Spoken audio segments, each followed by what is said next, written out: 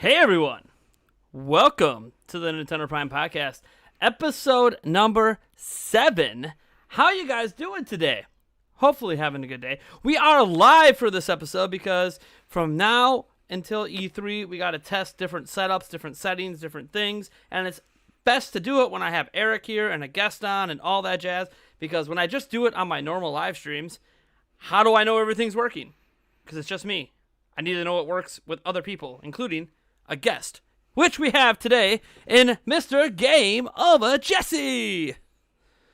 Yes, hi. Thank you so much for inviting me on again. I loved being on before you had the podcast. I loved being on one of the first episodes as a guest, and I'm happy to return, especially with all the great topics and rumors that you have to discuss today. Oh boy.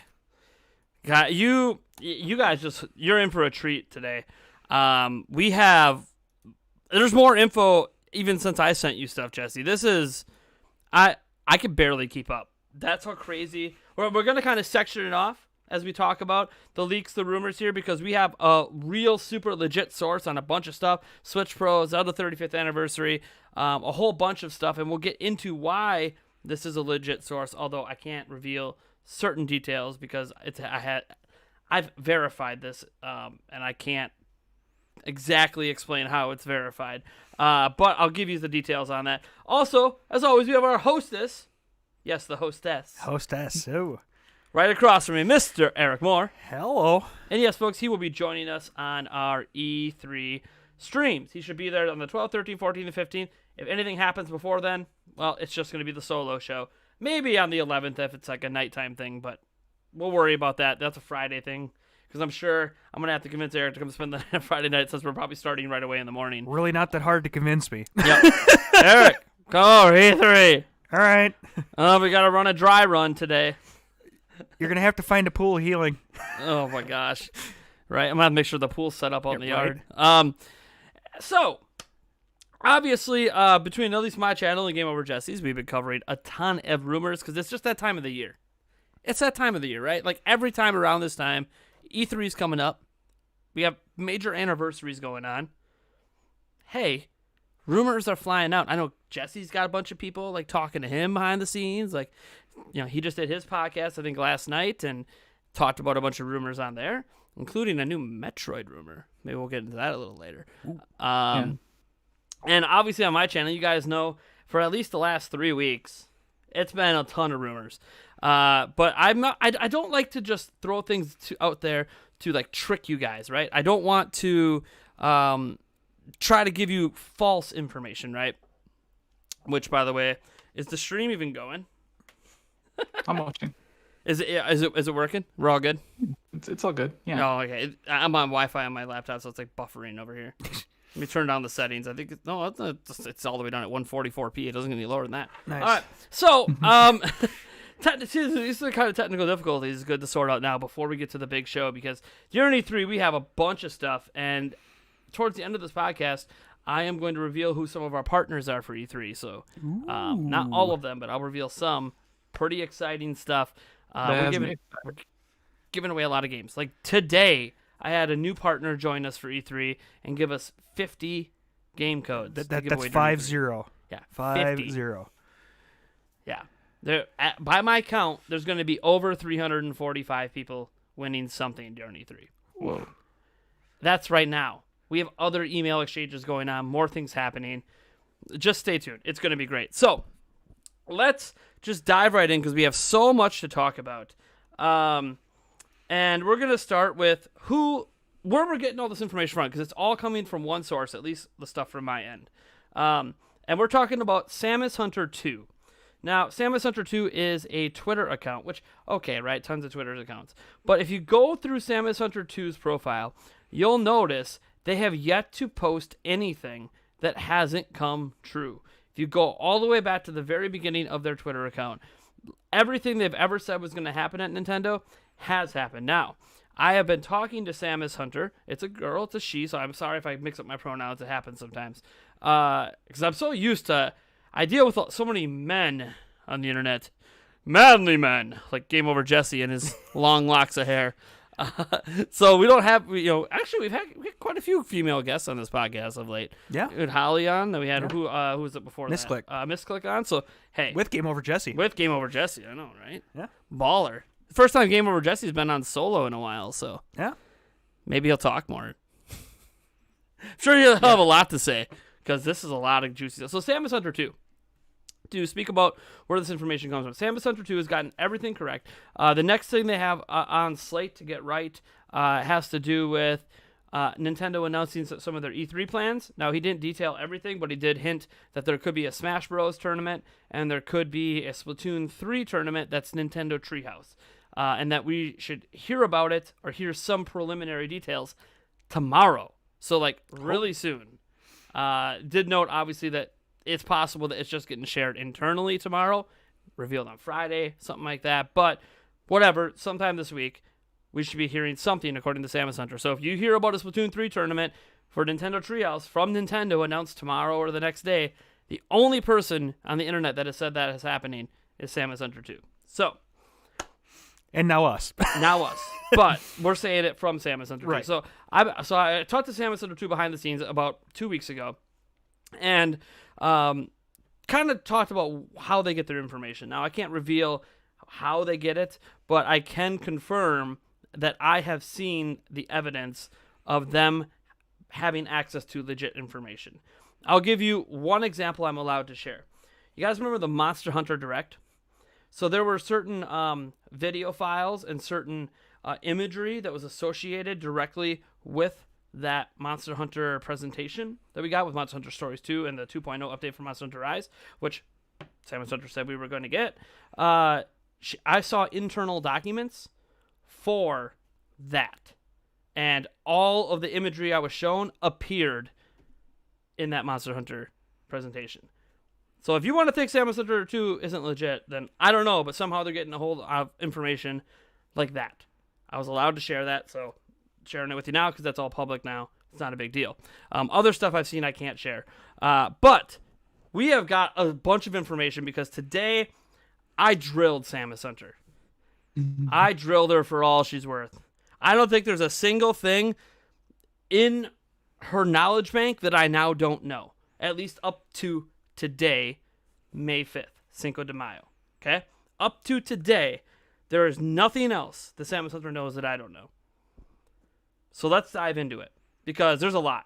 And the first bit deals with the 35th anniversary of Zelda. Now, this is stuff she has talked about before, but it's good to get clarification on what she has heard specifically will be part of the 35th anniversary, because there's been a lot of rumors out there, right? Ocarina of Time, Majora's Mask, whatever the heck Grezzo is doing, the Wind Waker, Twilight Princess, etc.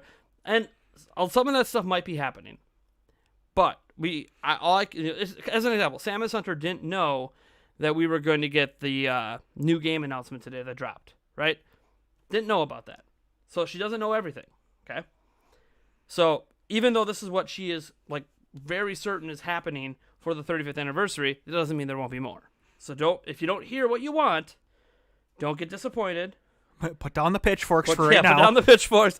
Don't be, running into Nintendo's headquarters and ready to burn them down. I can say I looked at her Twitter earlier and the stuff that she announced, and there's a couple of things that's not on there. Ooh. See, See, this is what I'm talking about. Samus Hunter doesn't know everything because they're not privy to everything. But when they do know stuff, I guess I find out now. So I said, the reason I reached out to her is because Andres Restart did a video on a new Donkey Kong game and referenced talking to Samus Hunter and showed part of the conversation where Samus Hunter said, actually, I know more than this, but then he didn't really go deeper into it. So I decided I'll just message her because she's been talking to me anyways. But what do you mean you know more? Here's what she said. Yes, I talked about the majority of the projects that Nintendo has in the works that I know about in my past tweets, but here's a recap. So let's start with Zelda 35th anniversary because we're all Zelda guys here. We love Zelda. Eric, Hey, finally beat Breath of the Wild. I did. That's right. Eric Moore is now officially someone who beat Breath of the Wild. Not 100%. I don't think he'll ever go get all those Korok seeds. That's what was the percentage? 33.17. Yeah, there it is. I have all the shrines done. I'm fairly certain I got most, if not all, of the actual quests done. I don't know how to tell. Are you sure? Because I don't think the Korok seeds make up over 50%. Yeah, I don't know. So I'm pretty sure you're missing quite a few side quests. Well, all the ones that I found, I have completed. Well, I'm sure you completed all the ones you ran into, but yeah, that's the joy of Breath of the Wild. If you're not using the guide and you don't know where all the quests are, there's quests there's so many side quests in this game, way more than any other Zelda game. That's for sure. All right, let's get into you guys. I know are like at the tip of your tongue, like just kill us. What's the 35th anniversary gonna be? All right. So here is the plans according to Samus Hunter, which again might not include everything, and we'll let GameOverJesse time in on things he might have heard in addition. But this is what Samus Hunter's telling us, and this is the stuff I will plant my flag and stand by. Okay, this stuff's going to happen. Obviously, the sequel to Breath of the Wild is going to release sometime for the 35th anniversary. Okay? Whether it's this year, by March of next year, whenever Nintendo decides they're done, with the 35th anniversary of Zelda, whatever timeline they set up for that. The Mario one went into this year. I'm sure the Zelda one will go into next year. Whatever the timeline is, somewhere in there, Breath of the Wild 2 is going to come out, right? I don't think that's like that. I mean, God, we all think Breath of the Wild 2 is coming sooner rather than later, I think, for the most part. Mm-hmm. Especially since, funnily enough, Microsoft apparently thought it was coming last year. So came out during the little court case today that Microsoft literally thought Metroid Prime 4 and Breath of the Wild 2 were coming last year. Nice. I don't know why they thought that. Sure. You figure they got more industry insiders than we do. But hey, that's someone at Microsoft thought that anyways. There's going to be obviously the DLC that's already been announced for Hyrule Warriors Age of Calamity. There's 2 separate packs. One of them releasing next month, one later this year. And by the way, I think we're getting information on that the first pack this month. Animal Crossing furniture and stuff like that. So Zelda items in Animal Crossing. They did it for Mario. No shocker there. There's going to be other game events. She had that on there? What? She had that on there? Animal Crossing? Animal Crossing furniture, yep. For the Zelda 35th anniversary. On the last Direct, I was told that there was going to be Zelda Animal Crossing stuff revealed in the thing, but then it ended up being Mario. So I didn't know that anyone else was talking about the Animal Crossing stuff. Now this is in the future. I'm presuming this is whenever Nintendo blows the lid off. Is it at E3? Is it after E3? Don't know. Whenever they decide to blow the load on 35th anniversary, because guys, Nintendo likes money, and they know Zelda's going to make them money, so they're not just going to not celebrate it. They celebrated the 30th, the 25th, and the 20th. So let's just be real. If you think they're skipping, then you haven't paid attention to Nintendo over the last couple decades. All right. There's going to be game events, other game events, which I take that to mean, if you look at what happened to the 35th anniversary of Mario, maybe some sort of Splatfest related to it. Maybe like a Mario Kart tour event. They do mention specifically a Smash Bros. So that's like sometimes they do like those little special spirit things in Smash Bros. That are themed. So I expect to be a Zelda one of that. And obviously merchandise, and there will be Amiibo apparently. I don't know if it's new Amiibo, but there's going to be Zelda Amiibo. So I don't know if it's going to be a re-release. Because you guys remember, they did a whole anniversary selection of Amiibo with Zelda before for the 30th. So maybe they're going to reprint those and bring them back. Or maybe there'll be some brand new ones. Especially since, hey, we got Breath of the Wild. Then we got the Champion Amiibo and all that. And some other Amiibo related. But what if they get some Breath of the Wild 2 Amiibo? I'm just saying. Okay, don't be Jesse's surprised. shaking his head. Don't be surprised. Obviously, there'll be a bunch of merchandise. It is what it is. There's already a bunch of Zelda merchandise. There's just going to be more of it specific to the anniversary. That's all expected. The other thing was a likely Tetris 99 / Pac-Man 99 kind of game. So Mario 35, the Zelda 35, basically. It seems to be what they're hinting at. They don't say Zelda 35 specifically, but something that's in the vein of all those 99 games, right? So, which we've had 3 of them now.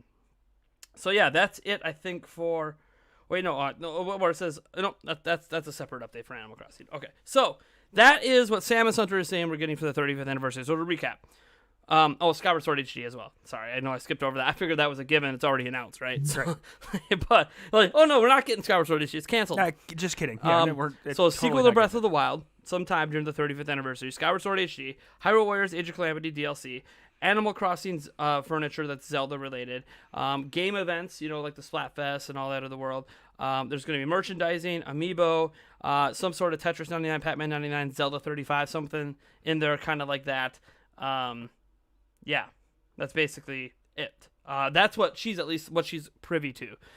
She has noted to me several times she does not have story or other details or release dates for something like Breath of the Wild. Something to note about Samus Hunter, and she's made this very clear to me in the past, there are certain games that she might hear about, like Breath of the Wild 2. But that's it. Hear about. You're not going to get exact details because Nintendo is very secretive, even among their own staff, on who has access to certain details.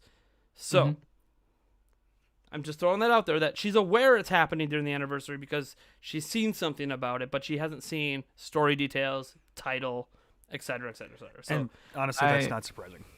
I had an email from someone, the person that was giving me all the Breath of the Wild 2 stuff, and it really went into detail on the localization process and like the writing and the story and how you won't be getting the entire script to localize. You'll just be getting what you're working on and anything that needs to add context to it. That way, if something does leak out and it's like one specific thing, it's easier to track down where that thing came from. And I have some other friends that have been on my channel. Well, a couple of them have been on my channel before, and then some of them haven't. But they basically said the same thing, that Nintendo, with certain games, has started doing that to where it helps keep leaks from going out. Because if someone mentions something about like describing a fire temple, and they're like, oh, well, this person is the only one that has anything about the fire temple, so obviously it's going to be him. And all the people that just popped in and were like, wait a second, the GameOverJesse just confirmed Fire Temple, right? Yeah. Breath of the Wild 2? No. Yeah, right. No, he's not. He's just explaining how localization works. Assuming this person is who they say they are, which I remember I actually covered it after you did because you're the source on this. So I covered it.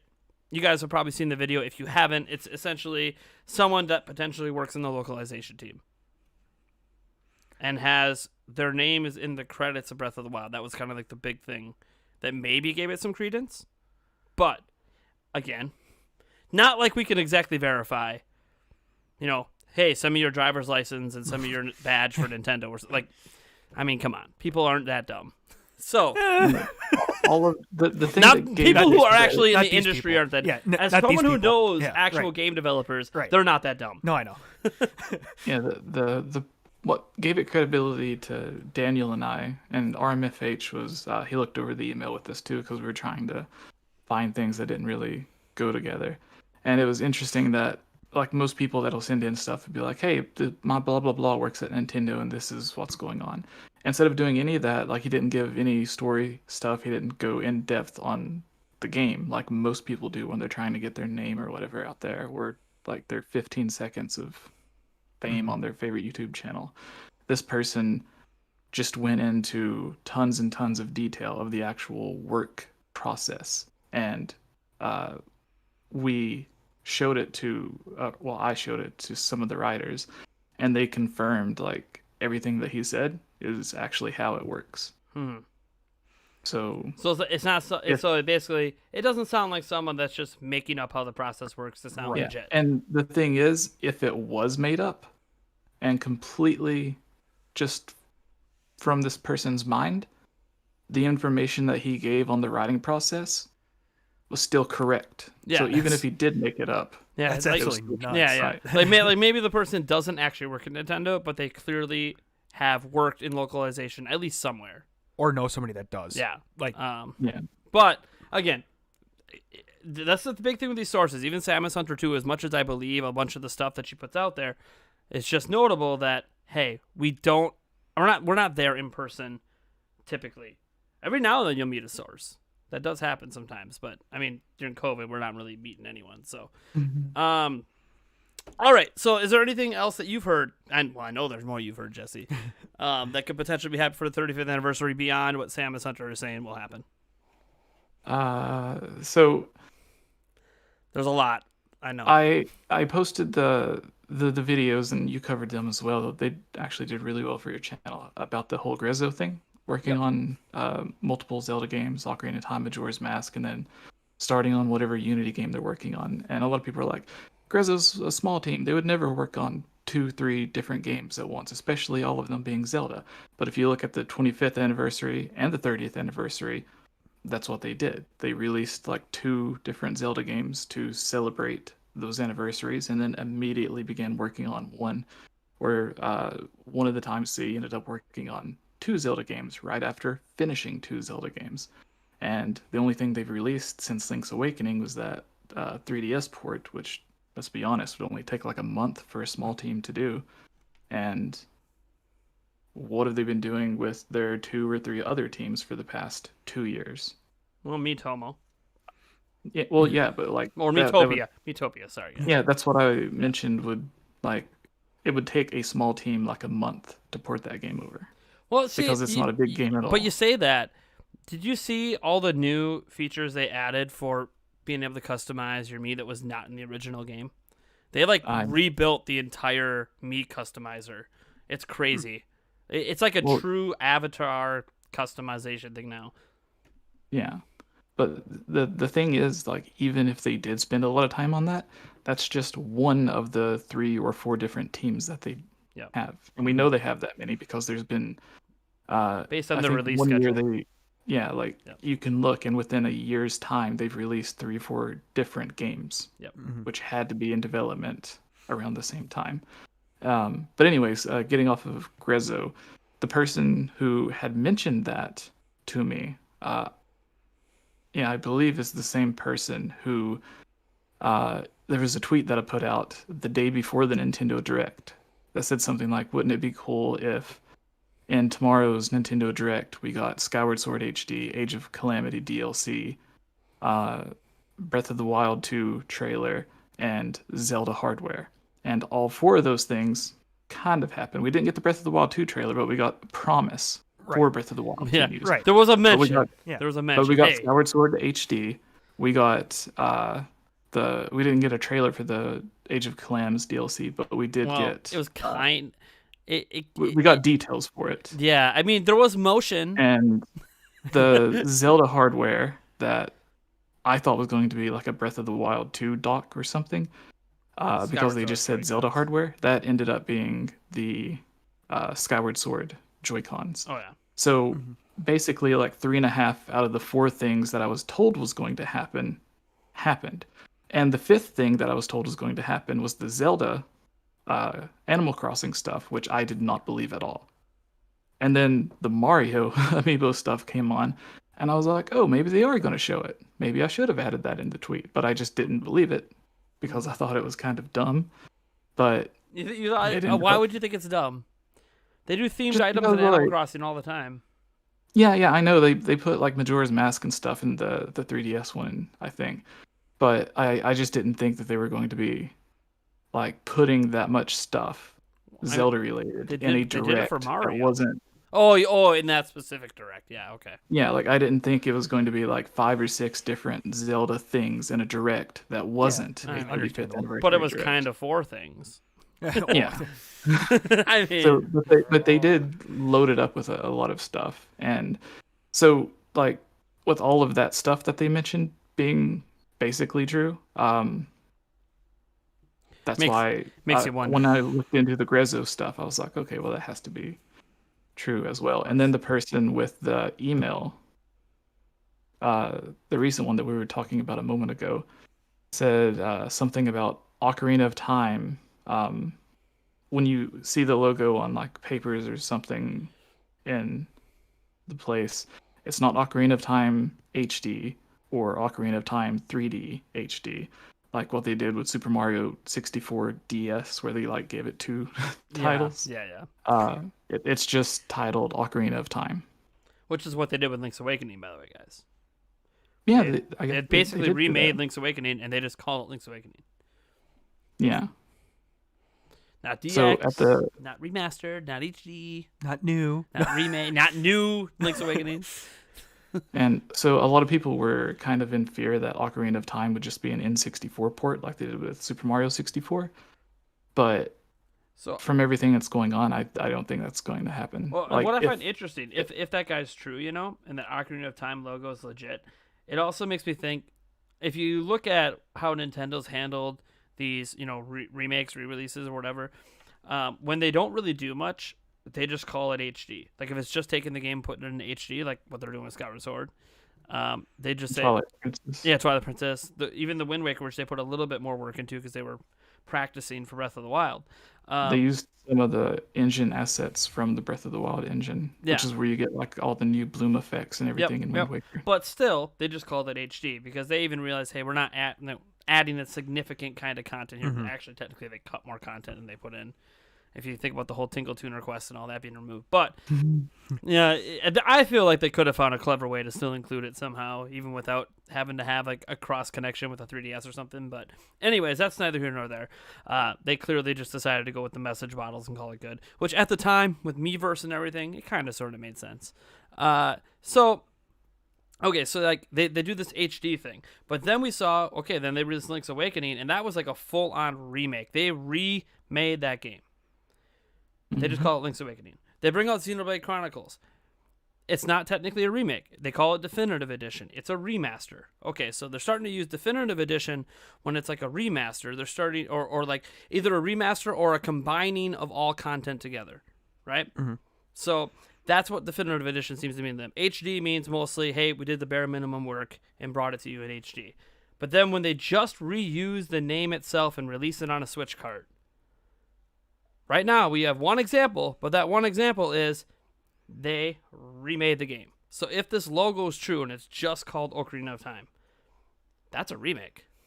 Yeah, and some people think that Nintendo would be too lazy to do that, and I think the laziest version of this we get is just basically what you would get if you emulated it in HD on your computer and then just made the textures a little bit prettier. That is like the bare minimum that I would expect.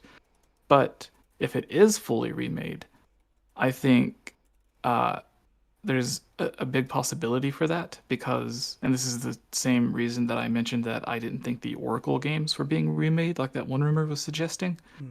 Because to make it quick, Ocarina of Time HD, if they did the bare minimum, just ported the 3DS version, sloppy port, whatever, in HD, that would still sell more copies based off of its name, Ocarina of Time HD, in its pre-order phase than Oracle of Ages and Oracle of Seasons would sell if they were bundled together and discounted to $40 and in its lifetime. Like, I think that would get about 4 to 5 million in its total lifetime, and Age of Calamity in pre-orders got 3 million or a little bit more.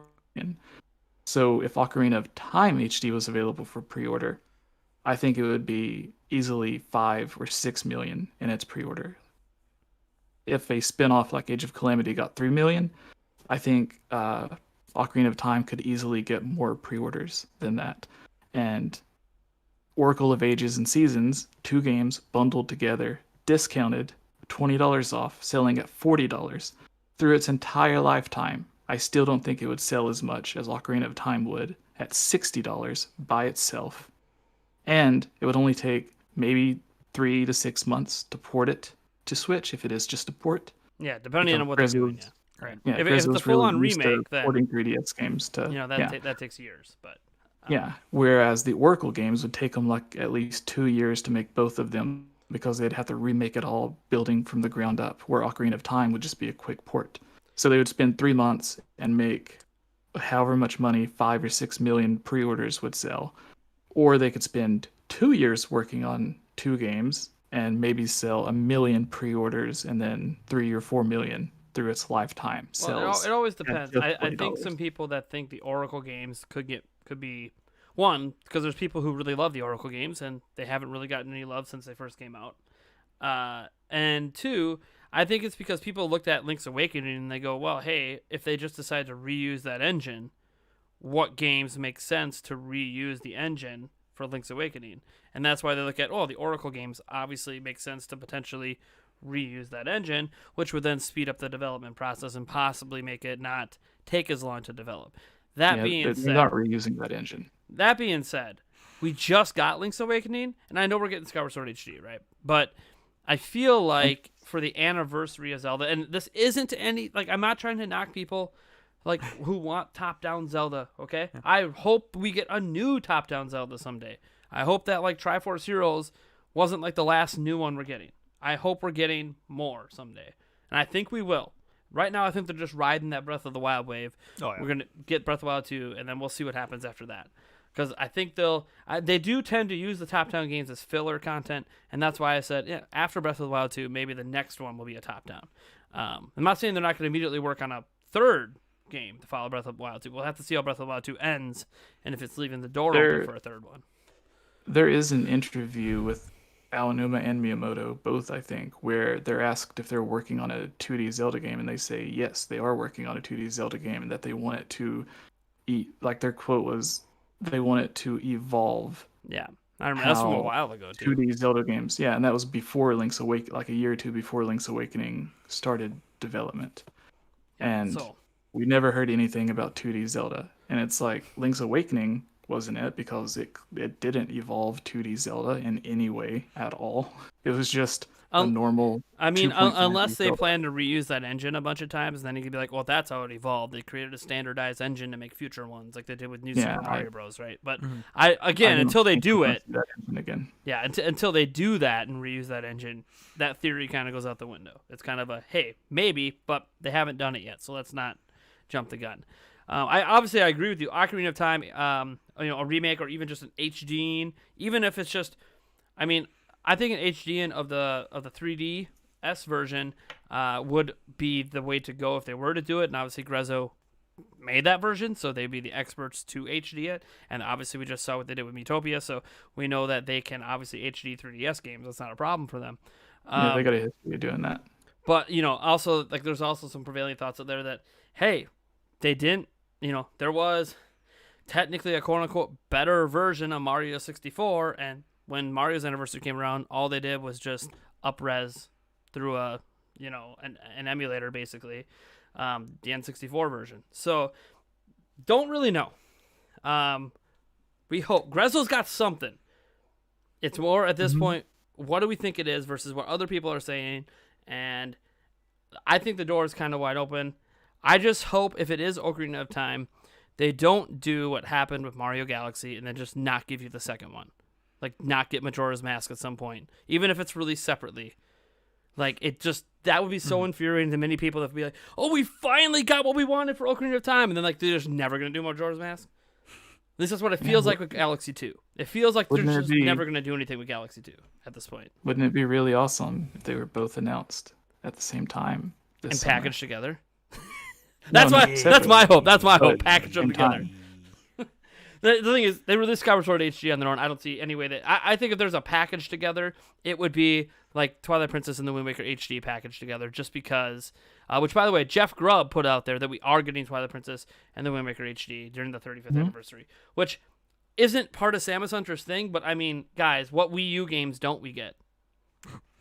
Xenoblade Chronicles X, I think that's like one of the last ones left to get. So clearly, we're going to get these games at some point. I think they're worried about the release timing of those games specifically, because I do think if they plan to bundle Twilight Princess and the Wind Waker HD together, which the only reason I feel like they might bundle is because they already re-released them in HD and got individual sales. So I feel like those are great candidates to bundle together, like the 3D All-Stars game. So if those are bundled together, then from what I've heard from other sources, and this is where we're getting away from the people that I know to likely be right, is that their release timing for these will depend on Breath of the Wild 2. If Breath of the Wild 2 comes this year, these games will be the capper next year. If Breath of the Wild 2 is pushed to spring, then these games will come out this year around holiday time. Despite the fact we also got Skyward Sword HD, doesn't matter because Nintendo knows those games packaged together are probably going to sell 5, 8, maybe 10 million because they're really, really popular Zelda games. Well, not to mention Skyward Sword's had some time to, get its sales. Oh yeah, Skyward Sword probably a full month in the market, I think, before anything else would touch it. So. I can tell you that Skyward Sword HD is 100% holding back some really cool stuff. I'm sure it is. I'm sure it is. They don't want it to overshadow. And even people in the comments of my videos have even said this, that if another like Ocarina of Time or Twilight Princess was announced, they would pull their pre-order from Skyward Sword to pre-order the other game. So, and here's the thing, guys. We might not get Skyward Sword. So another thing to talk about with the 35th anniversary is we might not get a blowout for it all at once. We might get them mentioning the 35th anniversary for like the first time at E3, and then maybe hey, we're gonna have updates, on this 35th anniversary for months to come, and then they're gonna trickle it out through Nintendo Directs and other things.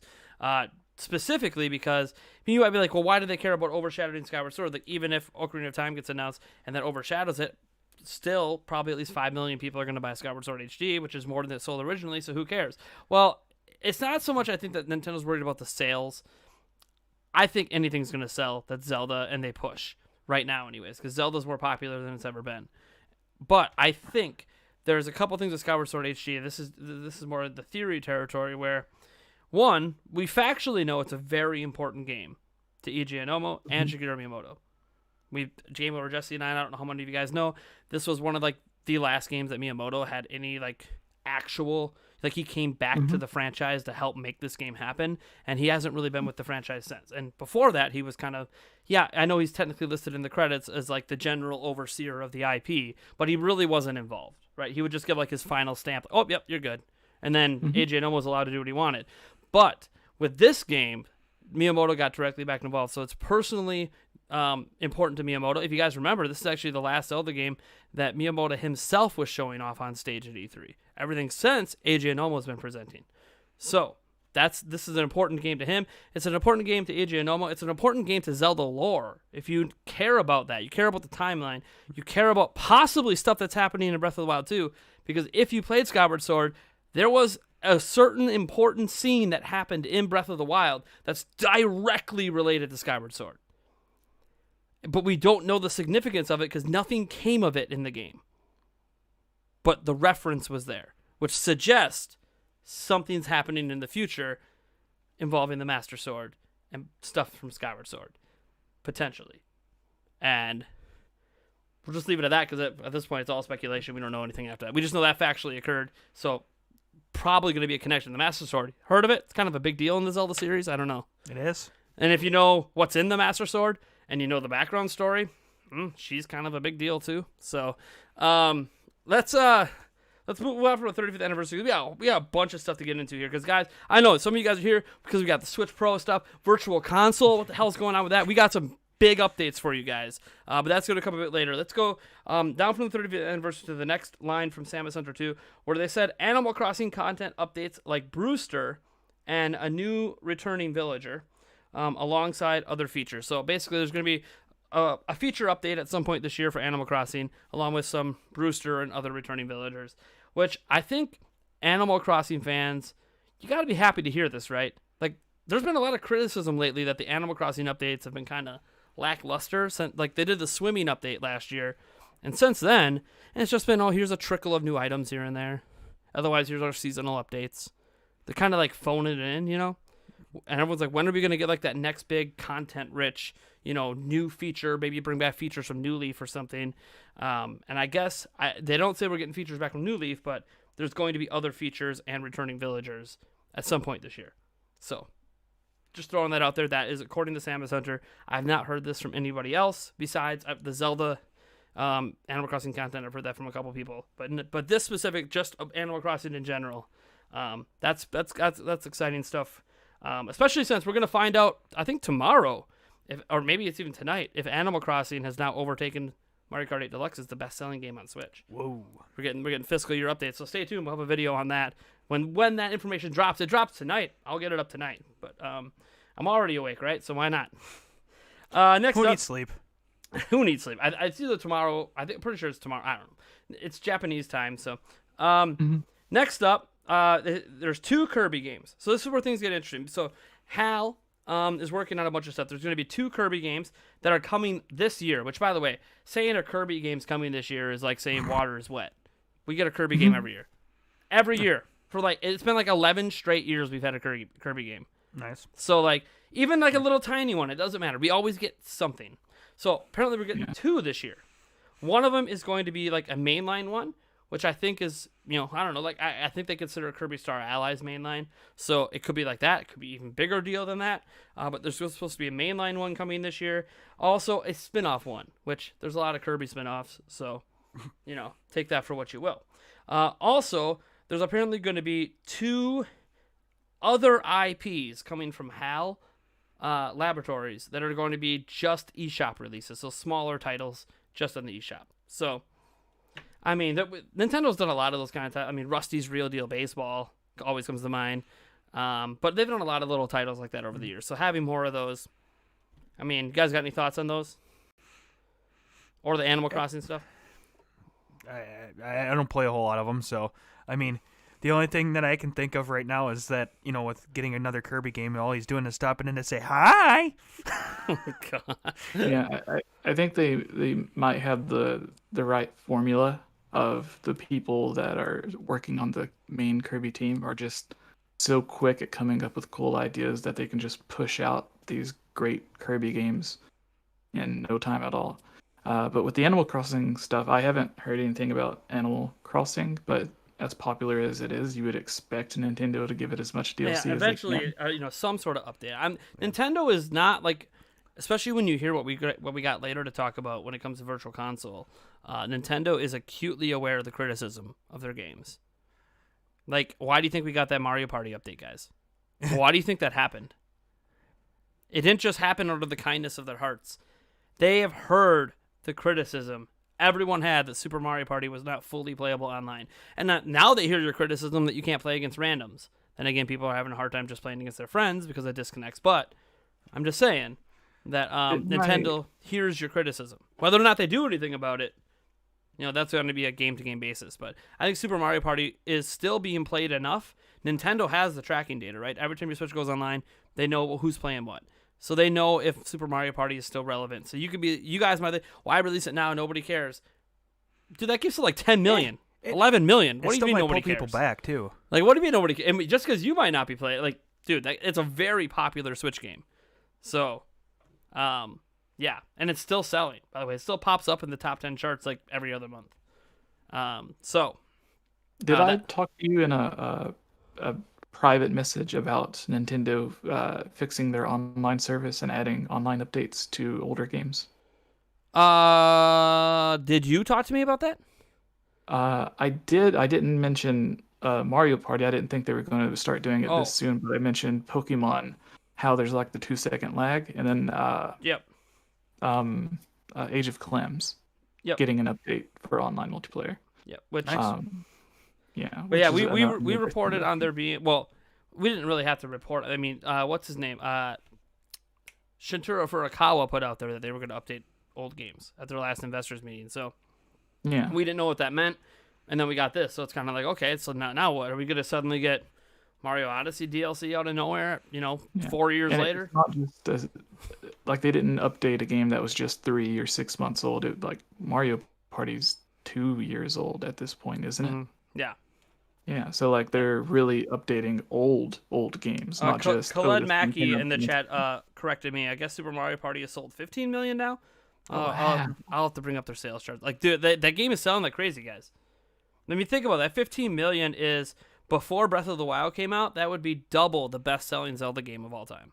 That's like, you guys don't understand. Super Mario Party is massively popular. My kids love that game. It's a family party game. So yeah, it might not be you Breath of the Wild, Metroid gamers. It might not be your cup of tea. I'm telling you. I mean, just wait. You guys just wait till Mario Golf Super Rush becomes the best-selling Mario Golf game ever. It's gonna happen. It's going to happen. I can just tell you now, it's going to happen. I have Mario Golf, the original, in my closet right now. Yes. There it is. Yeah.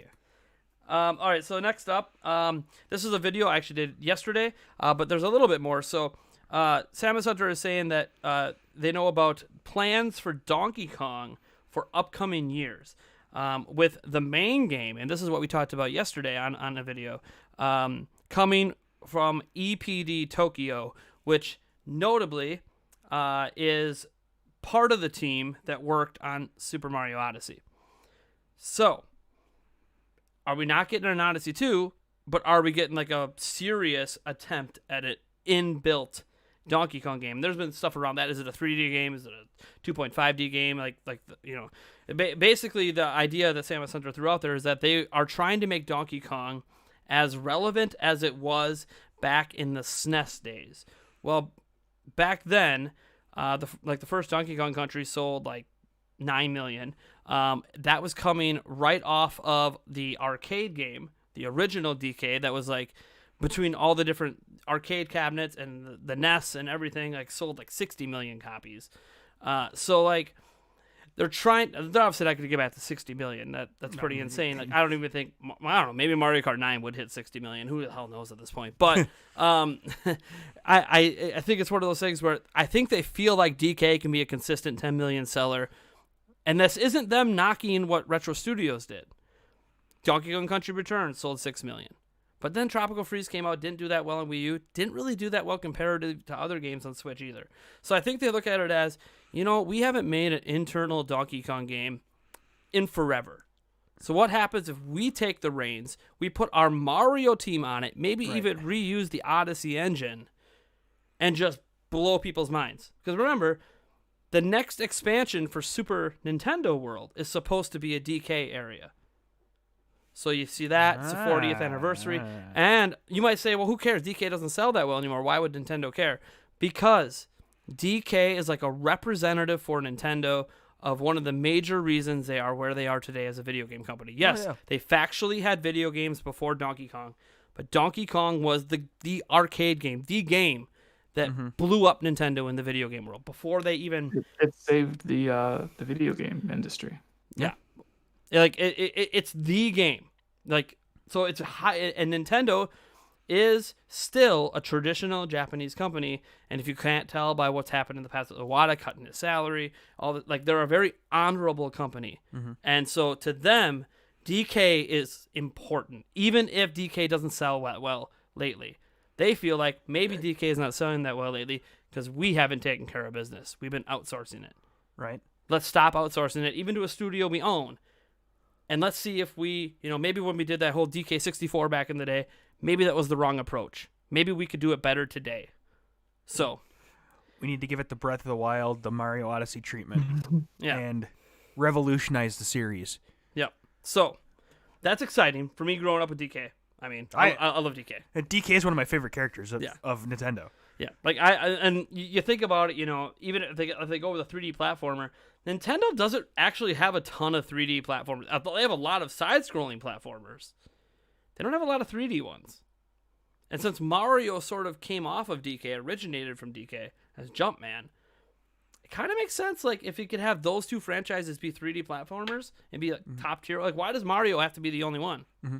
Why can't they have another one that's just as good? Different characters, different enemies, different abilities. It'd be interesting to see like a Donkey Kong in the vein of like an open world type Mario Odyssey. Yeah. See how that would work. It'd be great in a big lush jungle, swinging from vines, flying all over the map and the barrels, get on the mine carts. Come on. There's so much cool stuff you could do in a 3D space. Yeah, that would be awesome. It'd be like how Ukulele kind of evolved the 64 platformer style.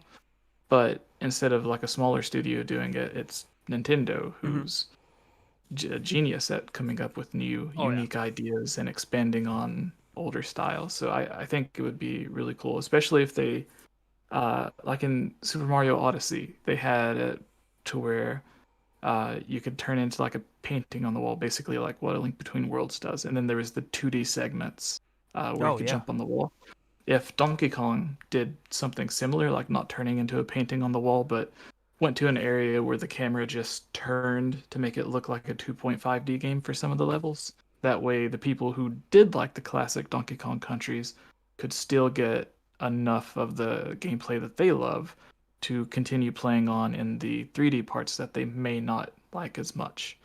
But then there's still the new 3D parts for everyone to play that does want the new experience. So it'd be a way to like absolutely make both sides happy. Mm-hmm. And and it's something that they've literally already done with Mario Odyssey. Mm-hmm. So it's not like someone could say like they would never do that.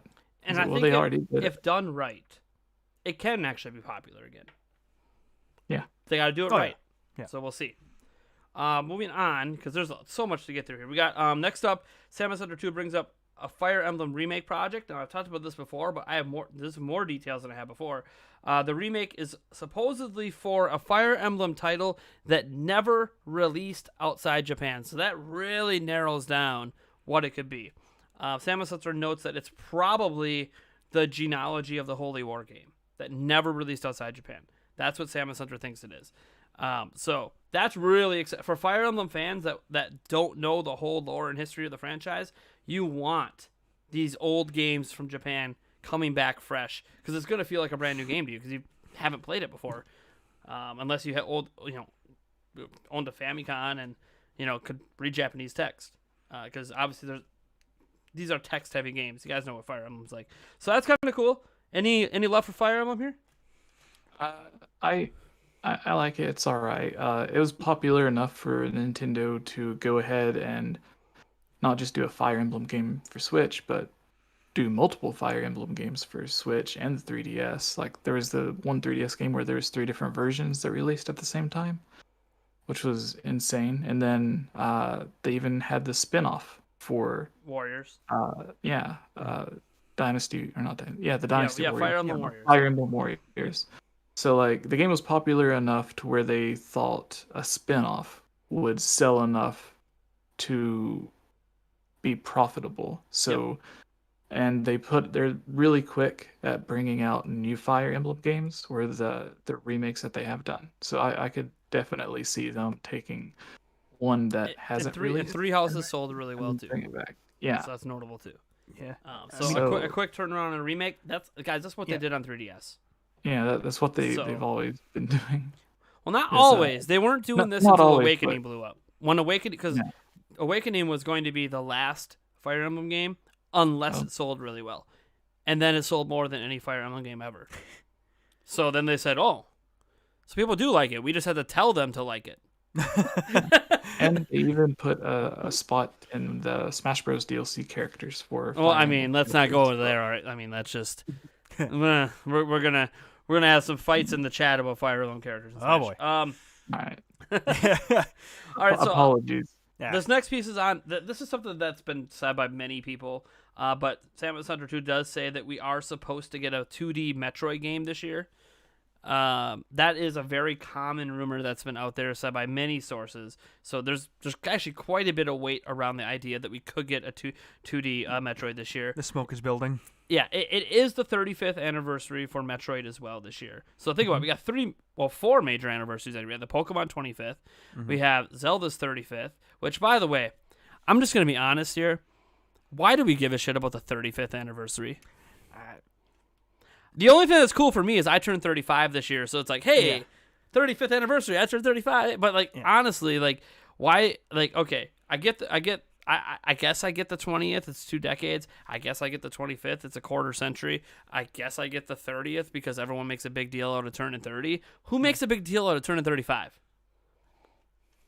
But they did it with Mario. They did it with Zelda. You know why they do it, guys? It's an excuse to sell shit. Well, yeah. I mean, it's all about making money. That's what. But it just feels weird to me. Like Nintendo's the only company I know that every 5 years we got to celebrate. Are you complaining?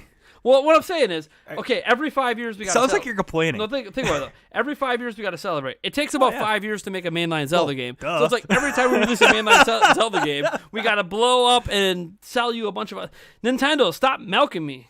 You're gonna keep milking me till I die. And you're just gonna keep opening your wallet. I'm gonna keep spending it. Here, take my money. Tune into E3. We're giving away Skyward Sword Joy-Con and other Zelda goodies. So like, I'm just saying, they're milking me to give to you too. So anyways, 2D Metroid. I think this is. I feel like Metroid Prime 4 is not coming this year. Maybe we'll actually finally see a trailer for it at some point this year, potentially. I just don't. It doesn't give me the vibe that, because of when they restarted development, that we're really, and then you have COVID on top, that we're really gonna see it released this year. Even though Microsoft swore it was gonna release last year, apparently. You never know. I could be wrong. I would love to get Metroid Prime 4 this year. Breath of the Wild 2 and Metroid Prime 4 in the same year would just be great. But I think that's why you see this 2D Metroid where they're like, hey, we know this isn't going to get done, so we have a different team working on 2D Metroid that we're going to get out and get that out for the 35th anniversary.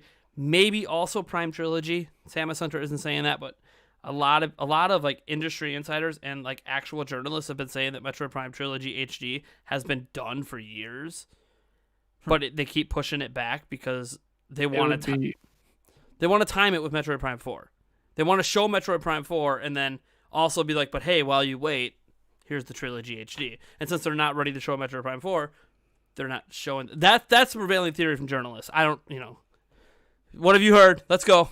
I was just gonna say it would be really cool if Tantalus had been remaking the Metroid Prime trilogy and it gets shown off at E3 this year with a trailer for Metroid Prime 4, as you were saying, because the localization guy, as he's now known, after the Zelda stuff mentioned,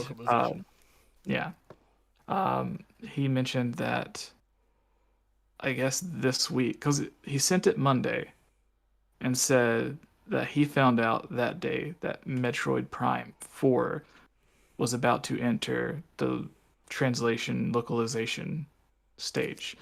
And I was talking to some other people about it, Delth, who we mentioned before this, and some other people. And we kind of came up to the idea that if it's not coming out this year, then what they could be doing is not translating and localizing the full game, but taking what the industry people call a vertical slice, which is like, if the entire game's in alpha or beta, they'll just take like one level and make it look as great as they can, and like carefully plot out the track that the person goes through when they're making the trailer. And then like if you get off that path, you'll just fall through the floor because the game is not made. They're just making that one segment look as good as they can.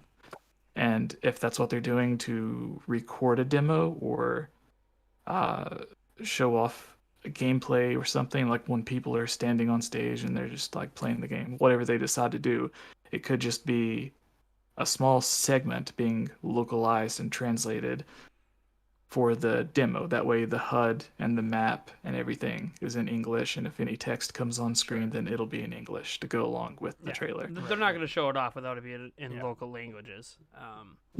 So that's what we think it could be. If it's not the full game coming out this year, then they're just localizing it for localizing it enough to do a demo, basically, or a trailer. And Yep, and that makes sense, guys. They do that all the time. There's a lot of times you get trailers, game's still far out, but it's in English, but that doesn't mean the entire text of the game is actually in English yet or something like that. It just means what they were willing to show you, they localized it.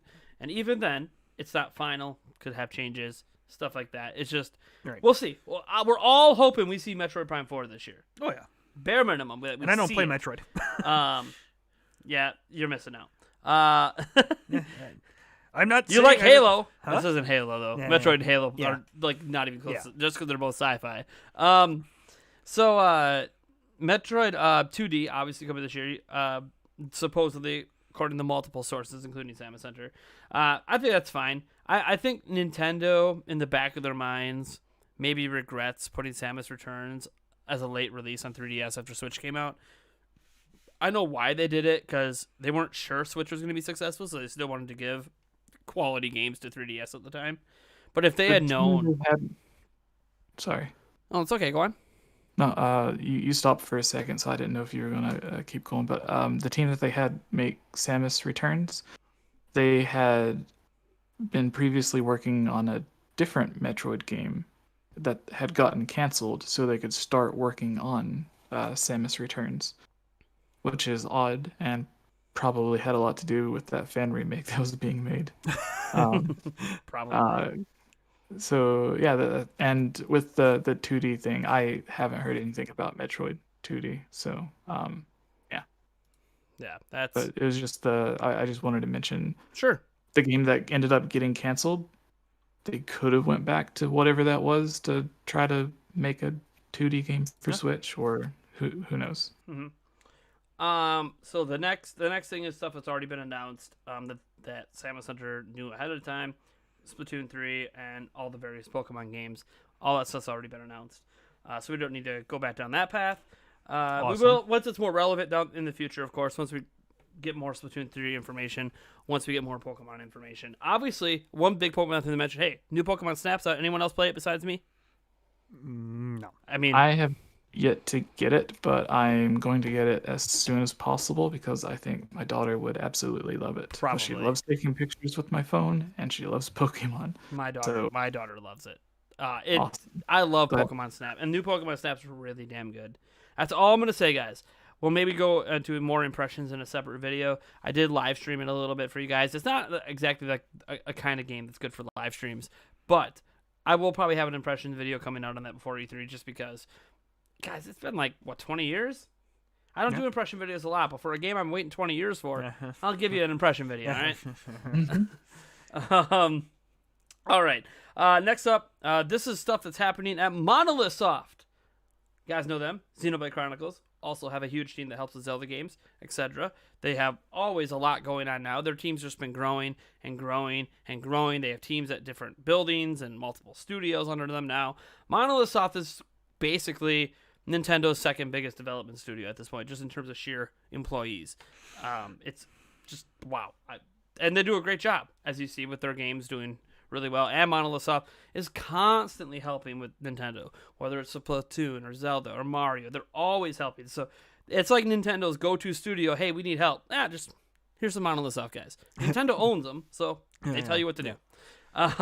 That being said, here's some details on what's happening at Monolith Soft according to this episode or two. First off, it says a new game is being developed by Monolith Soft that's likely a new IP, which we've known kind of sort of about that for a while. That's been speculations and rumors about this for a while. Hiring posts kind of referencing a potential new IP. So that's not necessarily new, but what is new is that supposedly this new IP, Monolith Soft, is collaborating with another developer on this IP. Don't know who. Nintendo does collaborate. New Pokemon Snap, Bandai Namco, Koei Tecmo for the Warrior games. So partnering with other studios, especially in Japan, is pretty common for Nintendo. So, and you just mentioned all the different games that just from Nintendo that Monolith Soft partnered with to help out on. So they're used to sharing assets and stuff with a separate team as well. Yeah, they're clearly very good at with partnering. So partnering on a new IP, that's always exciting. Don't know if it's JRPG. Is it going to be a new action adventure game? Is Nintendo finally going to have a second one that they could do something with? Besides Zelda, I think that would be sick. This is just me hoping, because Monolith Soft obviously clearly has a lot of experience with Zelda now. Be cool to see them do their own take. But we'll see. Now, more than that, this game is supposedly coming out this year or early 2022. I get a little nervous about these early 2022 things, because every report and rumor I see, it's like, well, if it doesn't come this year, it's early 2022. And it's like, okay. How many things? So, like, how many things are coming early 2022? Okay, yeah. Technically, Splatoon 3 was not stated to be coming early 2022. Maybe that's not till summer. But, like, we presume Breath of the Wild will come out at least by early 2022. Pokemon Legends Arceus was stated publicly to be early 2022. So it's like, man, it's like the first half of next year potentially going to be the greatest half in, like, Zelda history. In Nintendo history. Possible. Might be in Zelda history, too. Depends on how good Breath of the Wild 2 is and if that comes out then. Yeah. But anyway, so that's just like a side note. It's kind of interesting that it's basically, if it doesn't make it this year, it's early 2022. It's like, I think that's just an easy, well, lazy comment to make. It's easy to draw. I mean, I don't even think it's like. I think it's more so. Hey, look, here's like 10 titles that are coming between now and end of March 2022. Somewhere in there, they're all coming out. So to be safe, we'll say they might be 2022 for all of them, but half of them are coming this year, I'm sure. So yeah, I think it's a lot of them would be coming. If they're not coming this year, it's early 2022 and not late 2022 because Switch Pro or Switch 2 will be having games coming late 2022. All right, Yeah. interesting. yeah. Monolith Soft is also working on a new Xenoblade game. Don't think that's shocking. Xenoblade Chronicles 2 was the best-selling one, and then the Definitive Edition came out for Xenoblade Chronicles, and then that sold really well. I'm sure eventually, maybe, there's a little bit of controversy on why X hasn't been ported yet, but I'm assuming they're eventually going to port that over as well. Might not be Monolith Soft themselves porting it over, but a new Xenoblade game's in the work. The franchise is growing, so they're not just going to stop growing. It's like the only JRPG Nintendo really has. It's theirs. They fully own that. All right, and the next thing from Samus Hunter was that there's going to be a new title from the team behind Mario Kart 8 and ARMS. So those who don't know, the same team that made Mario Kart 8 made ARMS. I was curious what this title was, so I asked for some clarification on like, is this like going to be like a Mario Kart 9? Are we getting an ARMS 2? Or is this like a whole new IP from that team? Because maybe they thought ARMS wasn't it, didn't sell well enough. Maybe they think Mario Kart 8's just going to ride that for the next few years. So maybe they're making another new IP. Hey, that's how we got Splatoon, right? So what could it be working on? And all Samus Hunter said is, I don't think that it's a sequel to the Mario Kart series. However, she does note that the Mario Kart series is one of those series that Nintendo is very protective of. Not surprising. Very important seller for them. That they're going to be very coy and not. So it could potentially be a Mario Kart 9. A lot of people hoping for Mario Kart 9. Samus Hunter is not saying that they're not making it. She just doesn't get the feeling that they are. But it's also something that she admits she wouldn't be privy to if they were doing it. So, she just knows there's something being made by them. And what's interesting is I pressed further because I'm like, okay, you don't think it's that, so it's ARMS 2 then, right? Yeah. Like, hey, for you guys might not think ARMS matters. ARMS sold 2 million plus copies. If you look at the average sales of fighting games, that's really damn good. Fighting games aren't like Smash Bros is in a league of its own, right? 20 plus million. Never happened before. But if you look at Street Fighter 5, you go look at SNK. You go look at, all of the fighting games out there, Mortal Kombat.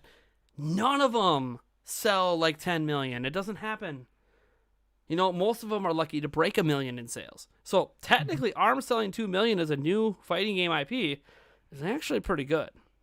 And it was when the Switch was kind of a new. very low install base. Mm-hmm. And, but comparatively, other games released that year that ended up before and after ARMS have sold a lot better. So maybe ARMS just isn't. Then maybe don't consider ARMS popular enough. Now, there's been rumors on ARMS 2 for a while, but it's one of those, maybe, just maybe, ARMS isn't big enough because everything else they release, good or bad, blows up. But ARMS kind of just did okay. Yeah. Well, So you two made things on this. Yep. Oh, sorry. No, go ahead. Okay, I was gonna say, one, I know there people, at least on the marketing team of Nintendo, absolutely love ARMS. Oh, I mean, it's And They also, yeah, ARMS is. Do you colorful guys and see some of the fun. funny videos they were making in the background? They were fighting each other with the fake spring arms, and then they also had one where they were running around with those Splatoon things on their heads. Oh, is that Nintendo's? Yeah, that was team? Nintendo PR team. I haven't seen that. Oh yeah, this was years ago. But I it just was know hilarious. from It was like Treehouse talking- doing it or something. That was funny. Okay. And the second thing is, with that rumor of working on a new IP, wasn't there a news report or something that went out that said Nintendo was going to start focusing heavily on new IP? that came out just like a few days ago. The same report that said that they're going to be updating their old games. At that same time, he said, hey, we're also going to be focusing on new IPs so we can expand our stable of content, not just be reliant on the tentpoles, which makes sense because Nintendo is reliant on the tentpoles. And if you actually look at it, they do have quite a variety of content on Switch, but still, how many of it has Zelda in its name or Pokemon in its name or Mario in its name? Xenoblade, okay. Splatoon, okay. Animal Crossing, yeah. But, like, Nintendo wants, like, 20 stable IPs because if they have that, you won't get game droughts anymore. Right. Because then they have franchises people care. Basically, Nintendo wants to keep finding that next Splatoon. That next new IP that can get big. Miyamoto's official job at Nintendo is literally to just come up with new ideas and innovations for new games or new types of games or new mechanics for games that are currently being worked on. Like, that's just his job. I think his official title is like, what was it? Mastermind? No. No, they've changed it a few times. It's like senior creative director or something. I don't know. Yeah, fellow. I don't know. They've changed it. Yeah. I think it has like creative fellow in it, and it's like he's not in charge of any series. He's not like it's just like it feels like a made up job where they're just like come up with good ideas, and that's all. I've had a theory for a while that at this point, because Miyamoto's old, guys. Most people are retired at his age, especially someone who's had the career he's had. But clearly he loves gaming. Nintendo had an insanely huge insurance policy on Miyamoto. Yeah. Because here's the thing, and this has been my theory about Miyamoto for a long time, is that Shigeru Miyamoto, because they have a huge insurance policy on him because he's such a legend in the industry, right? Like he's the legend of legends, okay? At least for Nintendo. I'm not saying there aren't other creators out there that are equally, as important. But at the same point, how many of them have theme parks built after their IPs and have their IPs as the mascot for the whole company? A lot of those other huge popular directors that are like popular on social media or whatever, when they're being interviewed about who they look up to or are influenced by in the industry, all of those people that make like Metal Gear Solid or these other games that people love, and they basically put these developers on a pedestal because they make games that are so great. As great as they are, when they're asked who they look up to, it's always Miyamoto. Because Miyamoto, guys, is one of the pioneers of legendary IPs. Not the pioneer. Maker of Pong would be the pioneer. But he's there. Like he's at that level and beyond because he's done so much more than just a single IP. Yeah, like, and the thing is, my theory has always been the reason that there's such a huge insurance policy out on him and Nintendo values him so much, obvious reasons that Nintendo values him. You guys think we value Miyamoto as fans? Imagine what Nintendo thinks of Miyamoto, okay? Whatever Miyamoto wants to do at Nintendo, he's pretty much going to get to do. I mean, there's even like stuff out there that the entire Wii U generation was literally because that's what Shigeru Miyamoto wanted. Yeah, basically. And like it didn't work, but it's like that exists. That system is the way it is because that's what Miyamoto wanted, and hence why over time, and Nintendo's like, hey, you asked for this. Can you like make some games that maybe prove the concept that you asked for? Because our developers aren't doing anything with it. He had that weird robot game that he showed off at E3. Yep. He had that one mini game that turned into the Star Fox Zero expansion disc or whatever it was. The camera game and all that. Yeah. So the weird, yeah. No, what I was gonna say is that I feel like nowadays, and yes, I realize like supposedly Miyamoto worked on Pikmin 4 at some point. That's done and somewhere in the doldrums of Nintendo. It might never release at this point. That comes from Miyamoto himself. Yes, I know. Well. Miyamoto's the one who said it, guys. So, like, he's kind of the one that's like, yeah, like, I did this, but, like, you'll get it soon. No, you won't. It's soon was a long time ago. But I feel back like when the Switch was still the NX. Miyamoto at this point is just a figurehead. And that's not to discredit him. He should be retired. But look at him. Every major thing Nintendo has going on, Miyamoto's there. Financial meeting that's happening either tonight or tomorrow night. Miyamoto's there. He has nothing to do with any of the actual ongoings inside Nintendo really anymore beyond marketing. But he's there because the investors want to see him. Because he's that important. Like there'll be investors that they're only going to make one investor meeting in their whole life because they're an outside investor. Like if you own stock in Nintendo, you can attend the investor meetings. But how many people like in the U.S. and other countries are going to travel to Japan just to attend the investor meetings, right? Like, and you got, there's certain rules and certain honors, and like you have to wait your turn. You might not even get a question in, etc. Because the bigger investors are the ones that, get the ask the questions usually. But it's interesting because. So you have that. So he's always at those because the investors want to see Miyamoto because he's a legend, right? Super Mario World opens up at Universal Studios. Miyamoto's there. When it opens up down in Orlando, Miyamoto's going to be there. Whenever a big game that Miyamoto founded, like the next Breath of the Wild game, Eiji Inomo is going to unveil it. At some point when they're showing off gameplay, Miyamoto's going to be there. Mm-hmm. Because like with he's a marketing person for them now. That's his job. Yeah. I'm not saying that he's out of creative ideas. Maybe there's something. Like if he told Shintaro Furukawa, hey, I got an idea for a game, I want to try something, he's going to get to do it. Mm-hmm. He's freaking Miyamoto. They're not going to tell him no. But they might tell him no on consoles now, though. I got a feeling whatever crazy ideas he has for systems, they'll listen, but then they'll go to the developers and be like, what do you guys think? Yeah, no. Then again, something tells me they're covered for consoles for the next at least couple years here. Well, Switch is going to be around for a little bit. I'm hoping they have their next-gen system is the same vein as Switch, that they don't abandon this idea after one generation. But. Right. So, yeah, I love Miyamoto. Inspiration for gamers and developers everywhere. Let's get into some more stuff here.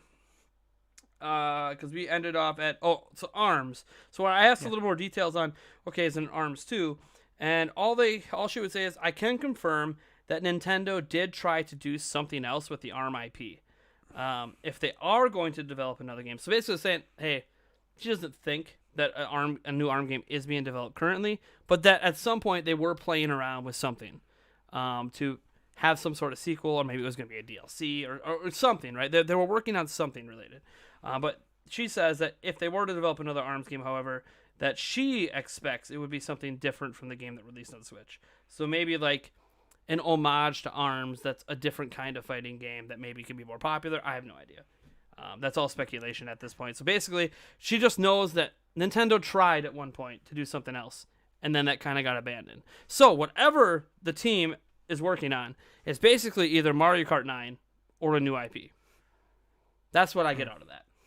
So you want Mario Kart 9, there's hope. You want a new IP from that team, obviously there's hope. I know you made the joke of the next game is going to be legs, and then they're just going to keep going through body parts. Yeah. I could see all of a sudden... Heads are next. Yep. And then they're going to come up to Thumb Wars. Thumb Wars? It's this big, giant battle arena, and the two fighters are getting ready to fight each other. All of a sudden, they walk up to each other and just grab hands and thumb war. By the way, shout out to Taker610, who caught our thing live and did a $2 super chat. Here's the funny thing, because he mentions that I would love a new Wave Race and Punch-Out, which is, dude, that'd be great. But here's the problem. This is the conundrum Nintendo's in. They have so many IPs they don't use anymore, right? Mm-hmm. How many times does F-Zero get demanded? How many times are we just trying to get Mother 3 officially ported? You can play ROMs that have been but like an official version, right? Like all these IPs, Snowboard Kids. We were joking about that earlier. Like Snowboard Kids, like they have so many IPs. So everyone's always demanding, we want these old IPs back. We want Kid Icarus. We want this. We want that. And at the same point, people are like, oh, can't we get something new from Nintendo? And it's like, Nintendo's a huge company, but like, how many games do you guys realistically think they can develop at once? Like, internally, anyways. Not talking about, they can obviously partner with a billion studios, but internally. Because they're always making Pokemon, that they have the Pokemon Company and Game Freak worried about that, and then whoever they want to hire, Bandai Namco, whoever else to do other games, like new Pokemon Snap. So they have a company dedicated to that.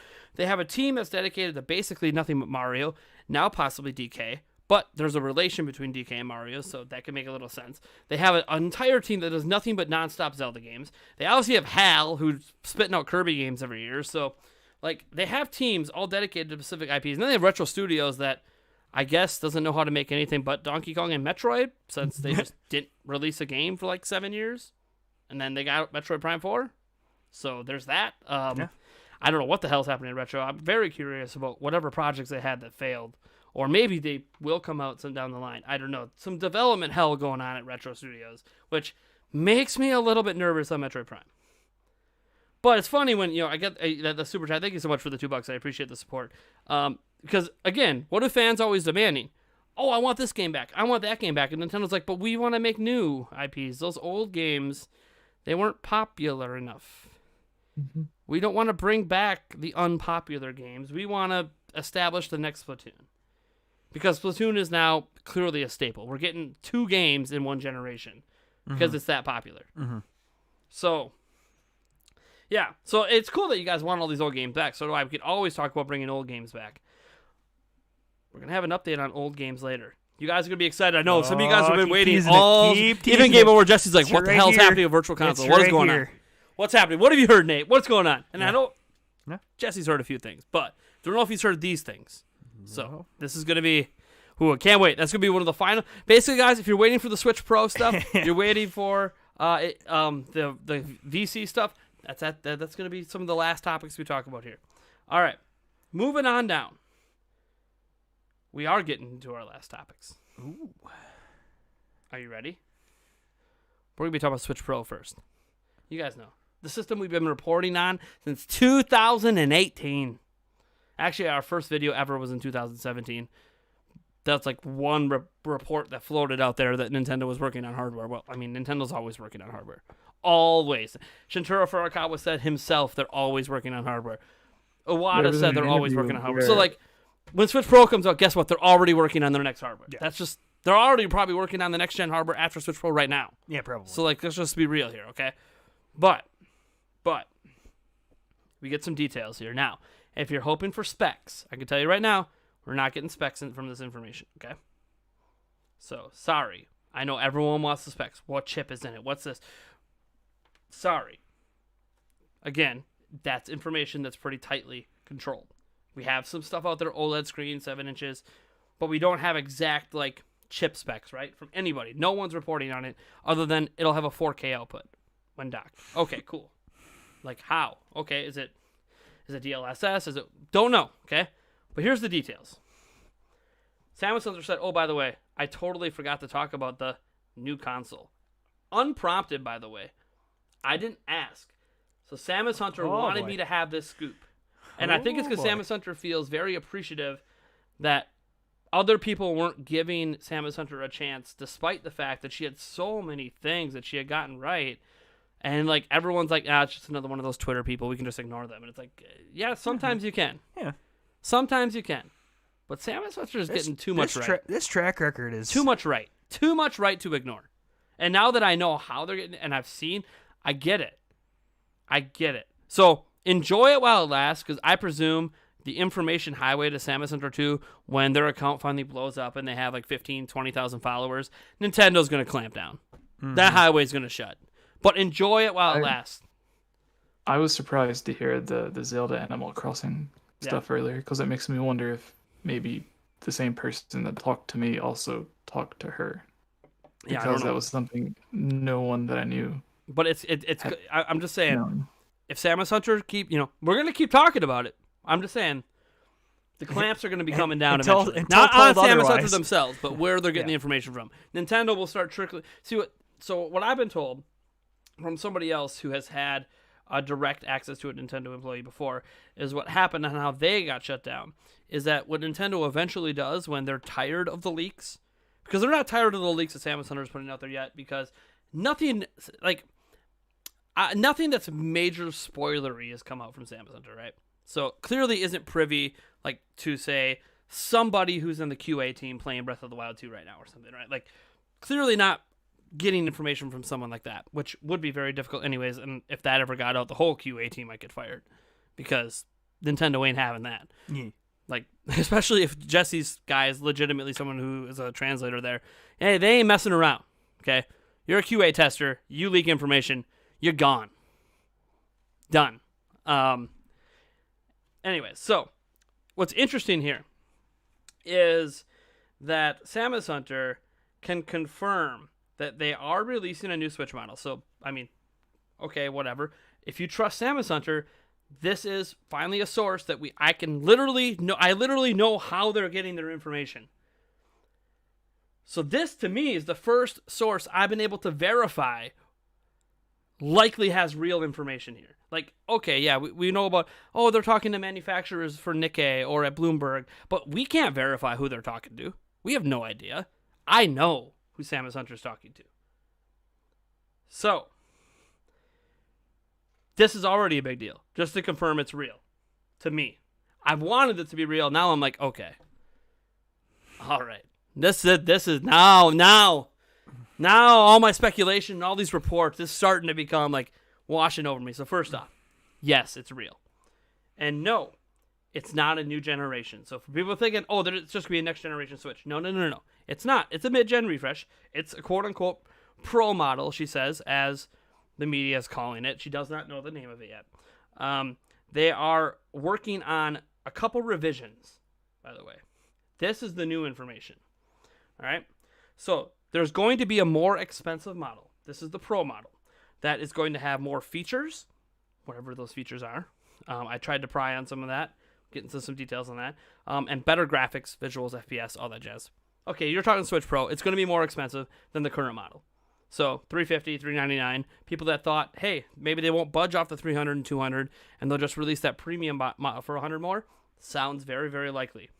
All right? But here's what's going to happen. They are going to replace the current Switch and Switch Lite with new models. So Switch Lite would be V2. The Nintendo Switch base would be V3. Because, right, we already have V2 Switch right now with the red box. So there's going to be updated models for those price ranges at $300 and $200. Now, listen to why that is happening. And it makes a whole lot of sense. It's something that we probably should have thought about a lot sooner, but it makes a lot of sense. So the model for Switch Lite and the normal Switch will just improve on the current Switch model, but it's going to have some of the features that are in the more expensive model. So some things, in my mind, if there's new Joy-Con as an example, these models will have the new Joy-Con.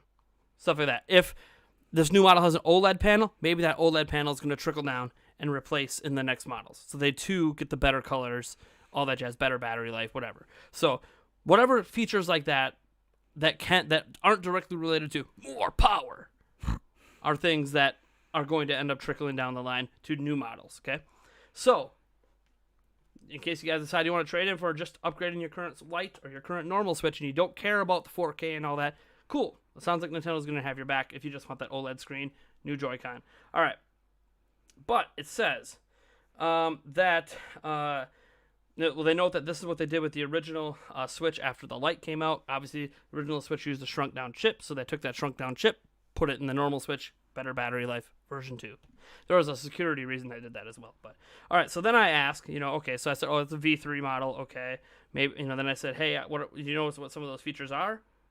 Like new Joy-Cons, a bigger screen like we've already heard of. And I said, hey, thanks for this information.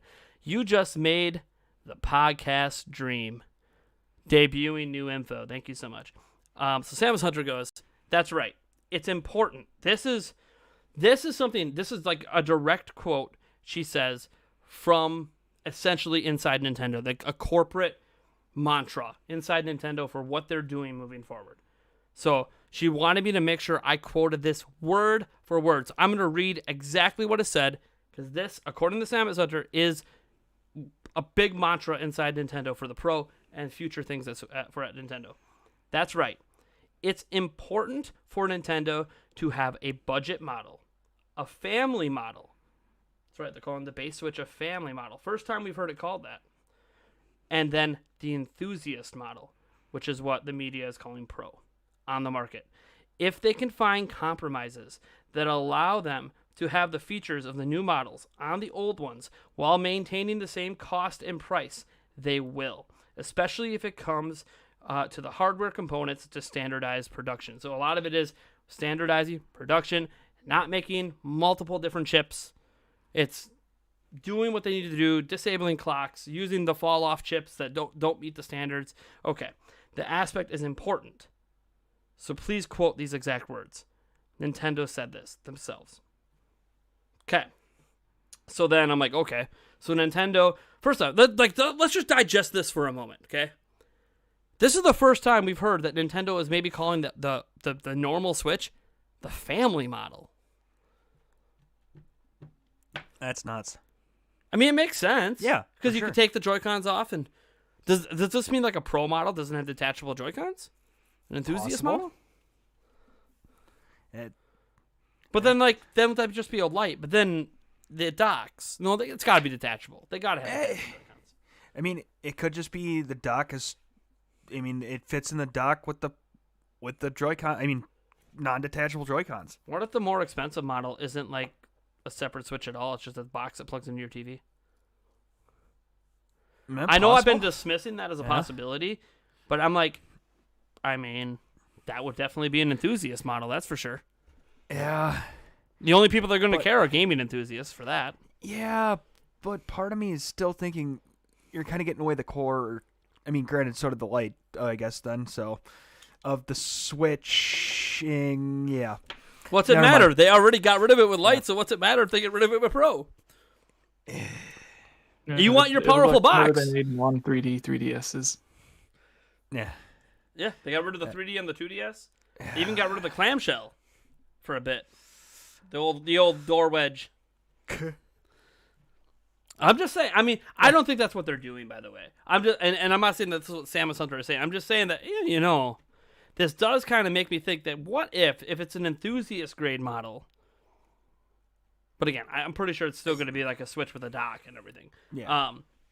But I'm just it's very curious that they're saying a family model, and then you have the budget model, which we always knew the Lite was a budget model. Basically, it's kind of like, here's your kid one, here's one if you're a dad with mom with children, and then like, hey, you pro gamers out there, this is what you want. This is where you're going to finally get your 60 FPS Breath of the Wild 2. Or something like that. Yeah. I can't imagine they're going above. I was joking earlier. 120 FPS. Yeah, right. But let's set that aside. We're going to get no 120 FPS games. Attachable Pro controller. What, like a phone thing? Where it like clips on? Yeah. A clamshell Pro controller? I don't know. What if, this is one thing I did think about though. What if, okay, so it's a normal, like, detachable Joy-Con Switch, but what if they're charging $399, it's more powerful, you get your DLSS, you get your 4K output, it adds, 4 more processing cores, it adds 4 more gigs of RAM at least, ups the memory from 32 to at least 64, if not 128. And then obviously with a new, more modern GPU. Not necessarily the most powerful thing in the world, but something that can definitely improve the output of games from Nintendo. Hit that 60 FPS. Maybe even anti-aliasing if Nintendo decides to use it. What if, in doing that, they're actually going to, and now that my train of thought is leaving the other side of my head for some reason. What if, let me see, where was I going with this? I had somewhere I was going with this, and now it's going to come back to me tomorrow, and I'll be like, oh, I need to make a video on this because GameOverJesse is yawning. The list of the GPU, the CPU, and everything. Yeah. Oh, yeah. What if they're going to, remember, enthusiast model, pack in a Pro controller with it? Yeah. So you don't have to buy that separate because it's an enthusiast model. Yeah. They intend for you to play it in dock, but you can take it on the go if you want. Yeah. So this is like the family model is, we know you're playing it mostly portably, but hey, you can dock it and play it with your kids. This model's like, we intend you to mostly play this in dock, but you can take it with you. Yeah. Get rid of the dog ears. Yeah, it's kind of like, we intend for you to play this docked. However, you want to take it on the plane, you can, etc. Which also means it might have really bad battery life too. I have no idea. That's another thing to consider too. Right. So any thoughts on this information? This is Switch Pro stuff. Anything you want to add, GameOverJesse? I know you have your own sources over there on things. No, I haven't heard anything about the Switch Pro, but it reminds me when I talked to a localization guy, I'll ask about if during any of the localization process, if there was like new buttons or references to like a different Switch model in there or something. New resolutions. Yeah, Was it running at because 60 it would, FPS? if it's being localized, like that stuff would show up in the options, you would think, to switch from maybe like a Switch Pro mode or whatever. I don't know. Like how a lot of PS4 Pro or Xbox One X or even the newer consoles has the option to switch from like frame rate to resolution. And with the 4K stuff on Nintendo games, it doesn't take nearly as much processing power to run Nintendo's games, their first party games, at the same resolution and everything that you would see a PS4 game running. Like You mean if they're both 1080p? running at the same, yeah, if Because they're that's what both running, PS4 outputs. yeah, if you take a PS4 game and a Nintendo Switch game, and they're both running at the same resolution, the same frame rate, and so they're equal there, the amount of processing power it would take for the PS4 game is a lot more than the Switch games. So with the PS4 Pro or the Xbox One X, they were their mid-gen consoles or whatever. So comparative to like the newer consoles, they're not even really that powerful because they're not able to even run a lot of the games at full 4K. A lot of it's like checkerboarded or whatever, but there are a few games that do run at 4K on the like the PS4 Pro or the Xbox One X. The GPUs that's in those consoles you can buy really cheaply for like a computer. So if Nintendo went out to purchase like a mass stockpile of those types of GPUs to put in a Switch Pro, it really wouldn't be costing them that much more than they're probably already paying for the current APU. And the processing power it would have, they could even buy a cheaper one than the PS4 Pro, and it would easily be able to run like Mario Odyssey or Breath of the Wild at 4K and 60 frames. That's not counting any DLSS or trickery or checkerboarding. No, just full 4K 60 frames. Because the Nintendo games really do not take that much power to run them when you compare it to the same generation of PS4 games or Xbox One games. So people thinking that the Nintendo Switch Pro or Nintendo Switch 2 would have to be really expensive to run Nintendo games in 4K? No, not at all. It would be very cheap for Nintendo to do this. Especially since the GPU that's in the PS4 Pro and the Xbox One X, those are GPUs that are like years old now. If Nintendo bought a new processor that was on par with that, they could buy like a low to mid-gen processor that would be just as powerful as that mid to high-end processor from 4 years ago or however long ago it was that those consoles released. So that's one thing that I wanted to add is that everyone's saying that it would be super expensive. No, it would be cheap. It would be incredibly cheap. It'd probably be the processors in those systems are 8 years old. They actually are. They're actually technically worse processors than are what's in the Switch currently. There's just more of them. That's the crazy thing. Like everyone always makes fun of the Switch, and it's like, well, do you enjoy playing PlayStation 4? Yeah. Well, okay, that tech is even older than what's in Switch. So why are you complaining about the Switch? Because it doesn't output the same visuals. It's using mobile tech, which has always been behind because of thermals behind what's happening in a console space or in a obviously PC space as well. I think what's interesting though is you mentioned they are really old, and mobile has way surpassed the capabilities. I mean, just look at if you just look logically, like look at what's happening with the Apple M1 chip. People are editing 4K video footage with that thing. You can buy new gaming tablets that are more powerful. Tablets, again, gaming tablets that are more powerful than the PlayStation 4 Pro. Yeah, they're expensive, but they're out there. Those are tablets. The tech exists. So Nintendo doesn't have to go for those kind of specs. As much as I would buy $1,000 Switch, and maybe if I pay for half of it, I can convince Eric to get a $1,000 Switch. Yeah. Maybe we'll get a sponsor. That's Sponsors. The thing, though. I think Nintendo.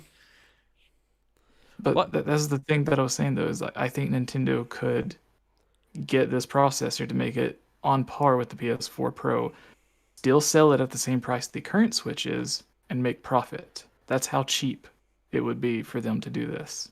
Yeah, and what we have to know is that there's that one report out there that NVIDIA themselves, they want to kind of phase out the Tegra X1 processor, at least certain versions of it.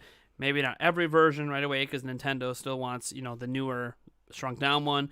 But I think NVIDIA is trying to like convince Nintendo, hey, you need to get off this process. It's taking up room. You had a great video talking about that, didn't you? Yeah, I did. Yeah, like it sounds like they're not getting rid of all the Tegra X1s. They're getting rid of the OG Tegra X1. They're going to be done making that, which they were using still in some Shield TVs. And the shrunk down one, they're not getting rid of it yet, but it sounds like they want to get rid of it within 2 years. So they're kind of giving Nintendo a runway to be like, hey, look, we obviously NVIDIA knows what's going on because they're probably the chip makers behind the new Switch. And they're going to be like, hey, we want you to switch to this for everything. Get off of this like 16 nanometer, 20 nanometer chip that we don't want to make this anymore. It's taking up semiconductor space. It's taking up manufacturing lines that we can make more chips for cheaper and make them quicker if you would just switch to a newer technology, which I think NVIDIA is pushing them. I think Nintendo's complying with the Pro, and I think that's why you see Samus Hunter bring up, hey, the goal is, even if it doesn't happen ASAP, like if the Pro comes out before they update the other models, it's going to be one of those. But they are going to update the other models, and they are going to use all the technology is essentially going to be the same. It's just the chips, just like you see with different CPUs and computers, right? Ryzen 5000, Ryzen 5600, 5700X, 5900. Like there's different tiers, but that's all the same architecture. And I think that's what they're trying to get Nintendo to switch over to is. I think Nintendo's just waiting on pricing, right? Like, I think they know we can do the more powerful Switch at 400, but it's hard for us to switch out the hardware yet in the OG Switch and the Switch Lite if we have to raise the price to compensate. So I think Nintendo's like, okay, NVIDIA, like, how many years until you can get that price down? Oh, is it just 1 year? Are you telling us by the end of 2022 you can have the price down? Okay, we can maybe swap hardware then or something. So that's what the feeling I get from this. That is the strategy Nintendo's had in the past of like trying to get the cheapest thing out as possible. Yep. While still having quality. Yep. And Nintendo cares very deeply, by the way. And this is one reason why we're maybe even getting a Switch Pro. Also, the fact that Nintendo has a history, especially with handhelds, of releasing more powerful systems later. I mean, going back to the DSi, even before that, Game Boy Color. Game Boy Color needed more power to produce those colors. So while the games maybe didn't graphically look better, they use that power to help push colors out. So, and I want to say really quick, I won't go through all of them, but aside from the Wii U, every single handheld and home Nintendo console has either had a second version that was like an upgrade for it, like the Game Boy to the SP or Game Boy to or Advance to the SP, DS to the DSi, whatever, or it had an optional way that they meant to upgrade it, like the SNES with the Satellaview, the N64 with the disc drive, 64DD, yep. Yeah, and even like back in the NES days, right? Like this wasn't necessarily more power. They didn't necessarily have like more powerful hardware, but they changed how the hardware worked from like top loader to side loader, trying to get like the game. So like you guys remember how you had to wiggle and blow in the games, and they always said don't do that, but like that would be the only way you can get your NES games to work, even back then. Like Nintendo improved upon that with different designs over time with the hardware to kind of change how the hardware interacts with that cartridge. To try to make it a cleaner connection every single time. Yeah, it's funny because like we complain about it, but to this day, like NESs still work. Many other systems don't. Yeah. So I mean, clearly, as much as it might suck to blow in the cartridge, a wiggle, or have to get some isopropyl alcohol and a Q-tip out to wash, hey, you know what? It still works. So yeah, they built something that lasts. So you might have to change the batteries out on some of the cartridges to keep game saves, but I mean, That's just battery life. That's normal. At least it's not like PlayStation with the CMOS. Let's not go down that road. Poor Sony that builds systems that they just intentionally don't want to last, so you have to buy the new ones. But that's the reason that I'm 100% behind you on this one, Nate. Because again, aside from the Wii U, every single console has had a way to upgrade it, add features, or whatever. We listed a bunch of them, but even the GameCube that a lot of people don't think about, it had expansions to add online multiplayer. It had expansions to let you play the Game Boy Advance games. It had other random weird expansions. It had a DVD version in Japan, maybe. Yeah, so like literally every single console. So for the new Nintendo fans that are like, oh, Nintendo would never do something like that, or all the people said like, oh, Nintendo would never release a Switch Lite, and then they released the Switch Lite. A Switch that doesn't switch? Yeah, I remember Eric and I saying that sounds dumb, and to this day I still don't own a Switch Lite. By the way, I still think it's dumb. Yeah, but for $200, that's why I'm behind you on this. And now that I have kids, you know what? Right. They should be playing $200 Switch Lite. They don't care about playing on TV. Right. But for me, I'm sorry. Switch it doesn't switch. Ass. Next. Next. You say that until the Pro doesn't Zelda switch. One. There's gonna be a Zelda one, and I'm like, or the enthusiast model doesn't switch. At least I could hold a Zelda like, like a Zelda Switch Lite during a video and use it as a prop. I suppose. Yeah. But set it up on the desk for the podcast. Here you go. All right. So the last subject we have, at least from Samus Hunter, because I do want to briefly talk about the game that Nintendo dropped on us today, and why it caught people off guard, and why maybe it probably shouldn't have caught you off guard, and why so many people don't understand it or know what the hell it is. But we'll get into that in a bit, because are you a real Nintendo fan if you don't know about this game? You don't know what it is? Because, I mean, am I gonna put that on? Am I gonna put that on the fans and start judging them? Are you really a fan? If no, you're into what you're into. You're not into what you're not into. I can't blame you for not trying things. But we have information on Virtual Console. You heard me right. No. Nintendo Switch Online. What's that? It's trash. Throw it out. Probably nothing after this. Throw it out. It's garbage. Nobody wants it. Nintendo's not getting rid of Nintendo Switch Online. Fundamental changes are in the works. Again, according to Samus Hunter.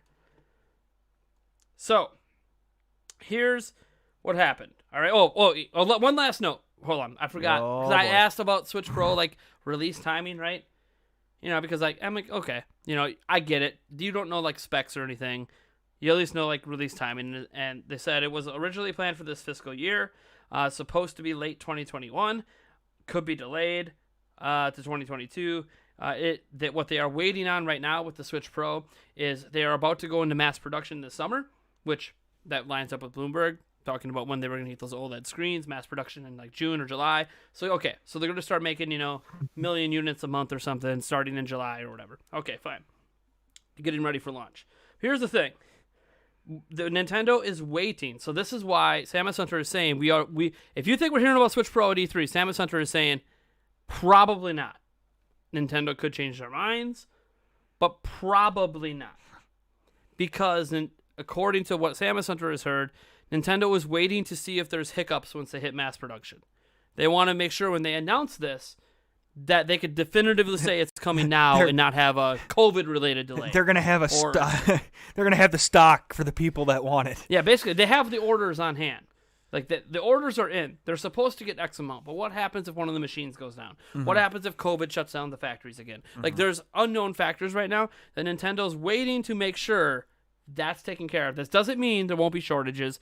Doesn't mean it won't be scalped to hell. Doesn't mean you're going to be able to find one day one, because we all know what happens with launch systems. This happened even before COVID. It's just worse with COVID, right? So, again, Nintendo is in a wait and see to see if there's any hiccups once they start mass producing. Assuming there's no hiccups this holiday. If there is some hiccups, early 2022.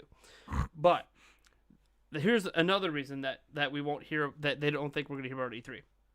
Said, don't expect any announcements at E3. The plans were about the announcement, from what she has seen, are supposed to happen this summer. So it is supposed to get announced this summer. June technically would be this summer. But they are wanting games already announced and presented, known by the public, ready to go, that they can then tout when they reveal this system. Look at how much better this game is on this system. So what they're saying is they want E3 to come so they can show you Breath of the Wild 2. So they can show you other games coming later this year. And then in July or August, I think September, to be honest, because that's around the time they announced the Lite. Then they released it 2 months later. I think it's going to be a similar thing to that if it does come out this year. Nintendo wants to wait. You're all hyped. You have your pre-orders in. And then they're going to be like, oh, by the way, hey, you're hyped for Breath of the Wild 2. Don't worry. OG Switch player, you can play it. It runs great. Everything you saw in this game at E3 that you loved so much was running on a normal Switch. But now you can get 60 FPS. Nintendo did have something big planned for this summer after E3, wouldn't it? Mm-hmm. So then, now here's Breath of the Wild 2. And by the way, why do we care about the Pro model? Oh, Nintendo's just going to casually throw 4K out there. They won't explain that, it's like DLSS, but they'll make you think it's native. They'll pull the PlayStation 5 box that has 8K on the box, and you're realistically not going to get 8K. Who has an 8K monitor or TV besides like the super rich? Right. Like no one's even going to experience 8K content. And the system, I'm going to be honest with you guys, the PlayStation 5 and Xbox Series X barely have enough power to actually do native 4K. Don't even worry about 8K. Okay? 3090s that are $1,500 GPUs that are significantly more powerful than what the PlayStation 5 and Xbox Series X are can't really do 8K well. So, just saying. It's all marketing spoof. But you're going to see Nintendo toss out 4K and you're going to say, oh, it's 30 FPS on the normal Switch, 60 locked on the new. And that's the marketing pitch. Nintendo actually using graphic capabilities and FPS capabilities, which when has Nintendo ever... when's the last time we remember Nintendo is playing with power? What was that, GameCube days? N64 days? Actually, there was an interview with Reggie on like ABC, like Good Morning America or something, where he actually bragged when the Wii U first came out, saying that it was the most powerful system or a console that was out at the time. At the time. It technically could argue it was. It could argue it was. Yeah. I was like, it's weaker than the 360. Nah, it's not weaker. It's a different architecture, which made it more difficult to I read take something that... so the Wii U had 3 cores, but each of those individual cores were a lot more powerful than each of the individual cores in the PlayStation 4 or the Xbox One. It was just... they had 8 cores where the Wii U had 3. So even though each core was more powerful, the total sum of those 8 cores ended up being far more powerful than just those 3.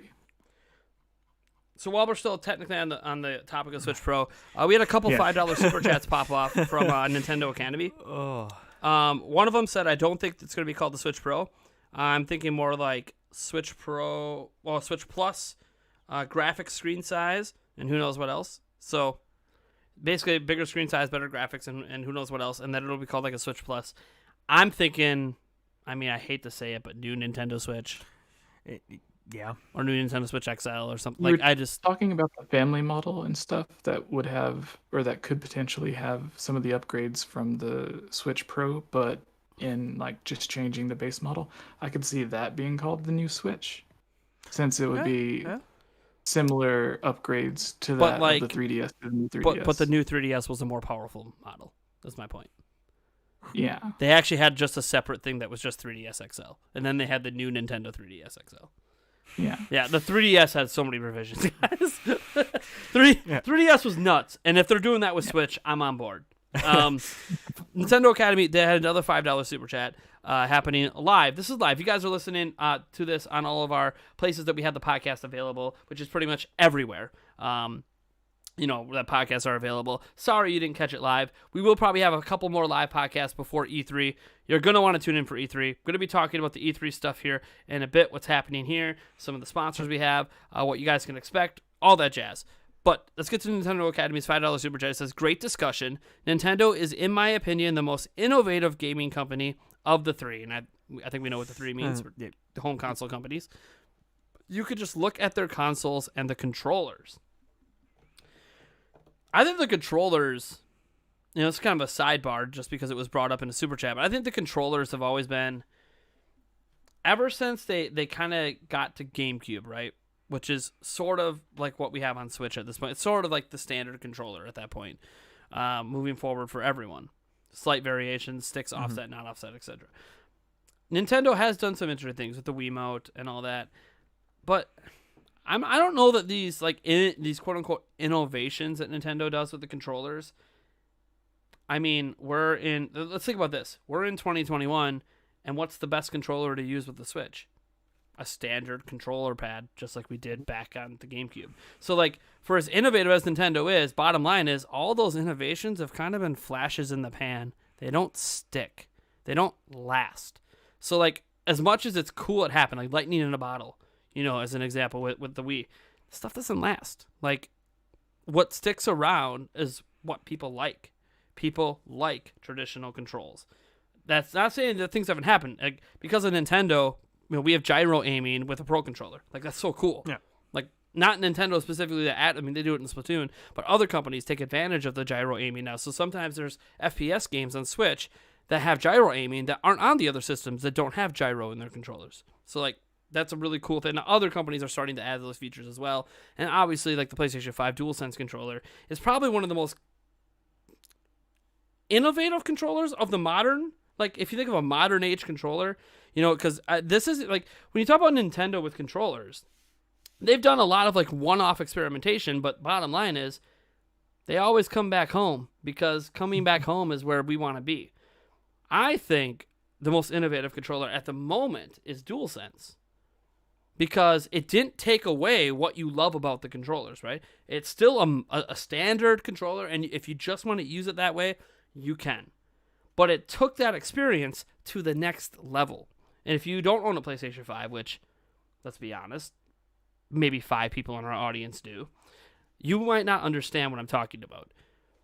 But the rumble, it makes HD rumble in Switch look like a toy. The rumble is so much better. So intuitive. You could feel grains of sand trickling through the controller. Grains of sand. Forget shaking ice cubes with your grains of sand. Yeah. The pressure. What do they call them? The pressure on the triggers. On the triggers. Insane. Yes. Now, yes, the controllers, the triggers especially, aren't built to last. They used a plastic spindle gear. There's already people who have broken it. That's one thing. Sony doesn't necessarily build things to last. But you want to talk about innovation. That is where controllers need to be going. Xbox, same old controller. Nintendo, same old controller. I mean, there's not... What's so different between the standard way we play with Switch and the Wii U Pro controller? Not a whole lot. Now, I'm not saying there's not extra features. There is. HD Rumble as an example. I'm just saying that, like... I don't think the controller things that Nintendo has done since they got to the standard with GameCube has mattered. Anything else they've experimented with has been just that. It doesn't stick. But that's my opinion. I don't know. What do you guys think? That's my take. I think you mentioned the rumble being a lot better on the PlayStation 5 controller, and that could just be to where there's more space in it to have better quality rumble. If the Switch Pro came out, I would like to see it have an innovative controller, but one that is still like a traditional controller, like the PlayStation 5 or even the Pro controller on the Switch now, but having more innovations, like taking the triggers away from the main controllers. It's horrible. And then you put Sunshine on the console, but you don't let it have it just doesn't make sense. Yeah, it feels weird. Yeah. Right. Yeah. I mean, to a certain extent, though, like with the HD, with the Rumble and stuff like that, I mean, wasn't it Nintendo that came up with it? It's Sony just kind of took that and kind of made it a little bit better. So you could argue that Nintendo had the innovation, Sony just made it better. Well, yeah. But I mean, but look at it like this. Nintendo gets a lot of credit, for this hybrid concept of home console on the go, but also being able to use it with your TV. Mm-hmm. They didn't originate that idea. It's been around for a while. Heck, the Vita could do it. It's like Sony came up with that. If you want to give anyone credit, Sony did it first. Right. And they didn't technically even do it first. This whole idea has existed. I mean, technically, I don't know if you guys are aware of this. There was a thing called the NVIDIA Shield, not the TV. There was an actual portable system that could also hook up to your TV from NVIDIA using the same tech that's in Switch, before Switch. It just didn't take off. It didn't have the brand recognition, didn't have the IPs to push it. So and it could connect to your computer to stream games from your PC as well, I think. Yep. So even a lot of the innovations that Nintendo's credited for, they were just perfecting ideas that were already out there. Now Rumble is interesting because I don't know how much Rumble is really advanced until we got to HD Rumble. And the reason people usually don't care about HD Rumble is there was so few games that even bother to try to use it. They just treat it like standard Rumble. So for most of the Switch games we play, we don't really even notice. I mean, the game that it really stands out on, there's 1-2 Switch, which I mean, most of you guys haven't played, so it is what it is. Can't blame you. It's actually a really fun party game. But again, it's it should have been bundled. That should have been bundled in with the system, and then everyone would play it, and everyone would understand what HD Rumble is. And then there's been a couple indie games that have used it very well, that it actually adds to the immersion. But if you think about all the biggest games on Switch, Mario Odyssey, Smash. Nintendo's not even using it. Yeah, Nintendo doesn't really even use it. It's kind of like the Wii U gamepad. We have the second screen. We'll slap our inventory on it. Okay, but we were seeing all these cool ideas before, and none of them came to fruition. Your developers don't even really want to use this thing? No. So it's we have HD Rumble, but did you talk to your developers and if they actually... It feels like one of those ideas they tacked in just like the IR camera. Did you actually talk to your developers and be like, do you actually want this? You're right. And I get it. The IR camera was technically also used in Labo with the camera accessory. But even then, it's VR. You could just use motion controls. You don't really need the IR camera. Yeah. You could just do gyro for that. So I feel like sometimes Nintendo tacks in these ideas, and I wonder if my theory is, okay, they wouldn't let Miyamoto design the system, but he wanted HD Rumble and he wanted that IR camera, so they threw it in. Where they could have removed them and gave us something else or a headphone jack. Yeah. But what would have been actually really kind of cool though is in Breath of the Wild, when you're running around, you could feel the footsteps in the vibrate. When you're walking, like in Astro's Playroom. That's what it is.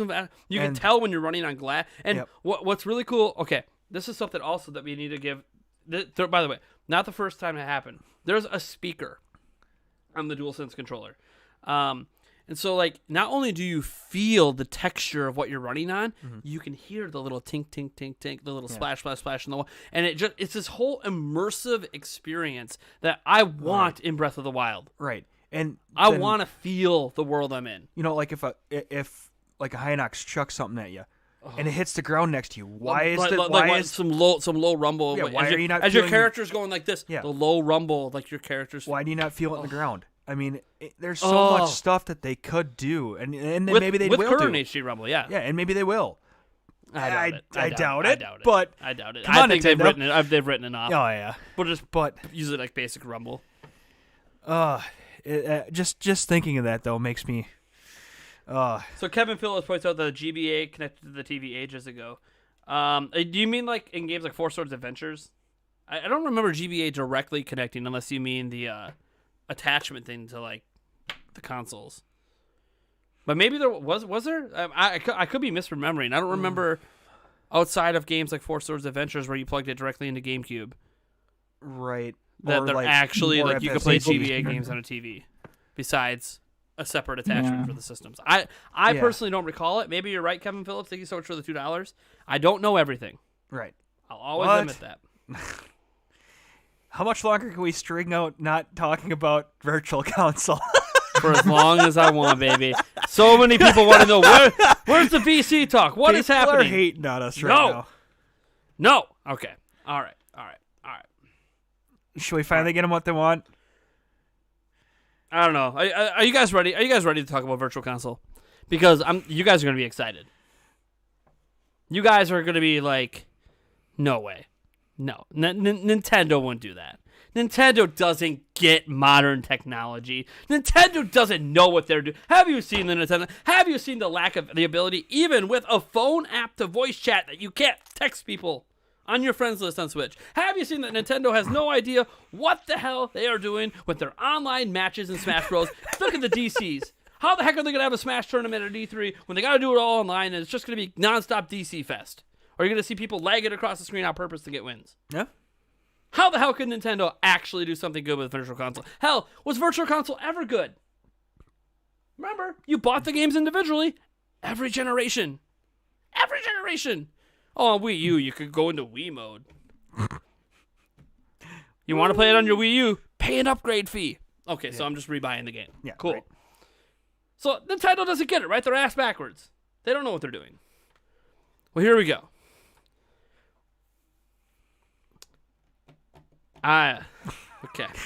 So I'm even a little bit disbelief. So about that HD Rumble. I'm rereading this, and I'm like, I'm in disbelief.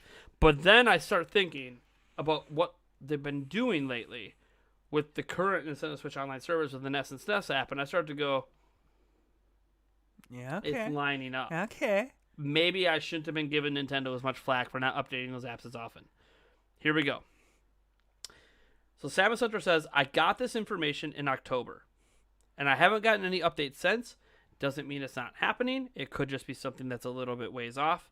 But there are plans for paying for individual games to have them unlimited when it comes to the NES and SNES. So, the plan is supposed to be that by the end of this year, Nintendo was going to launch systems beyond the NES and SNES, so N64, and systems. So, are we getting Game Boy?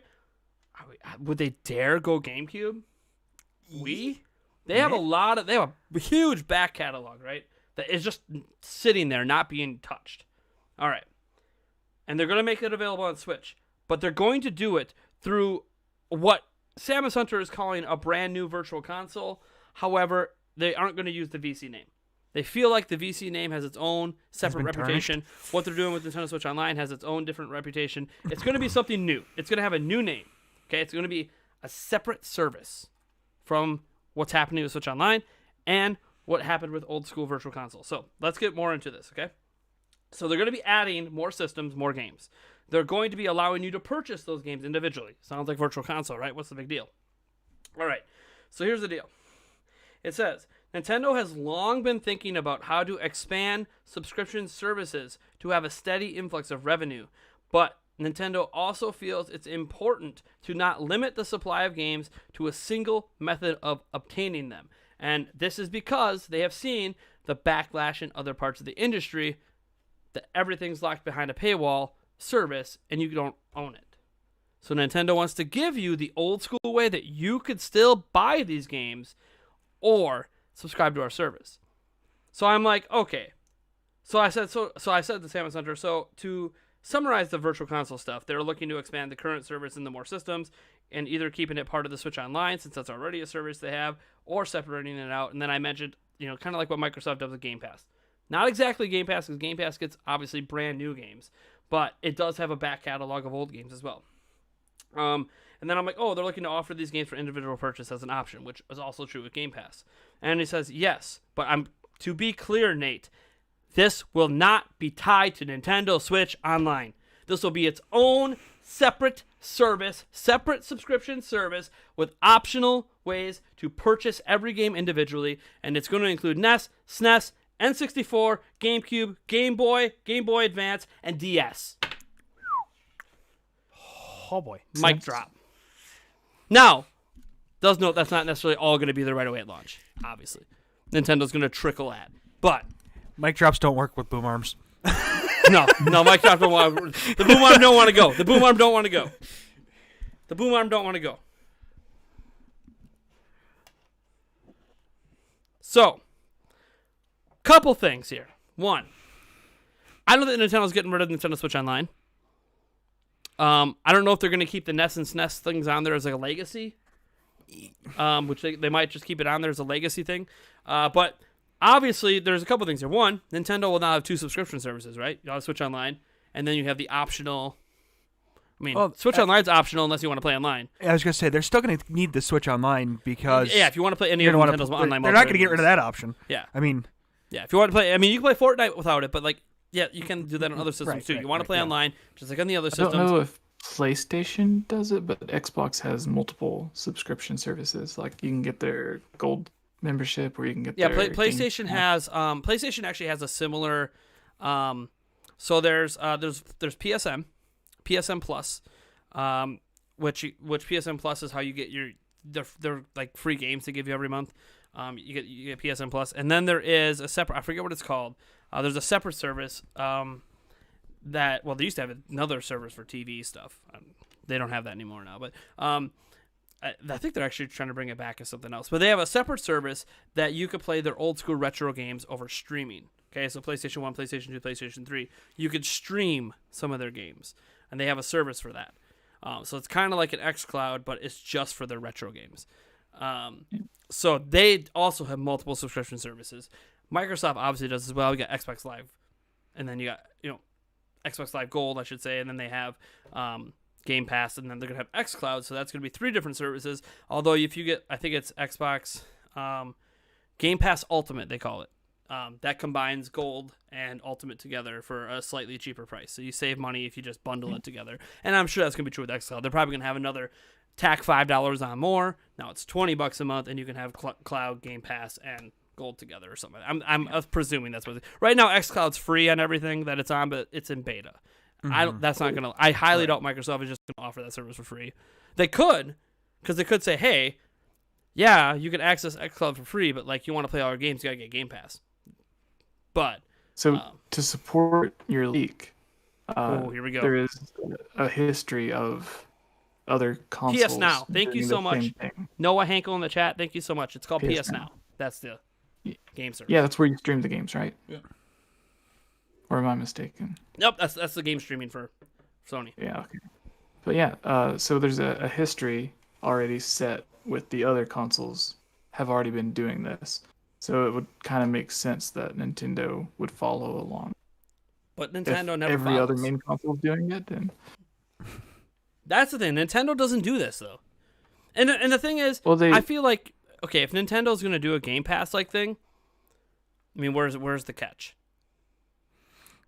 Yeah. There's always a catch with Nintendo and online anything. So, like, where's the catch? And right now, some people in the chat are like, oh, the catch is, oh my god, I got to pay for 2 subscription services instead of 1.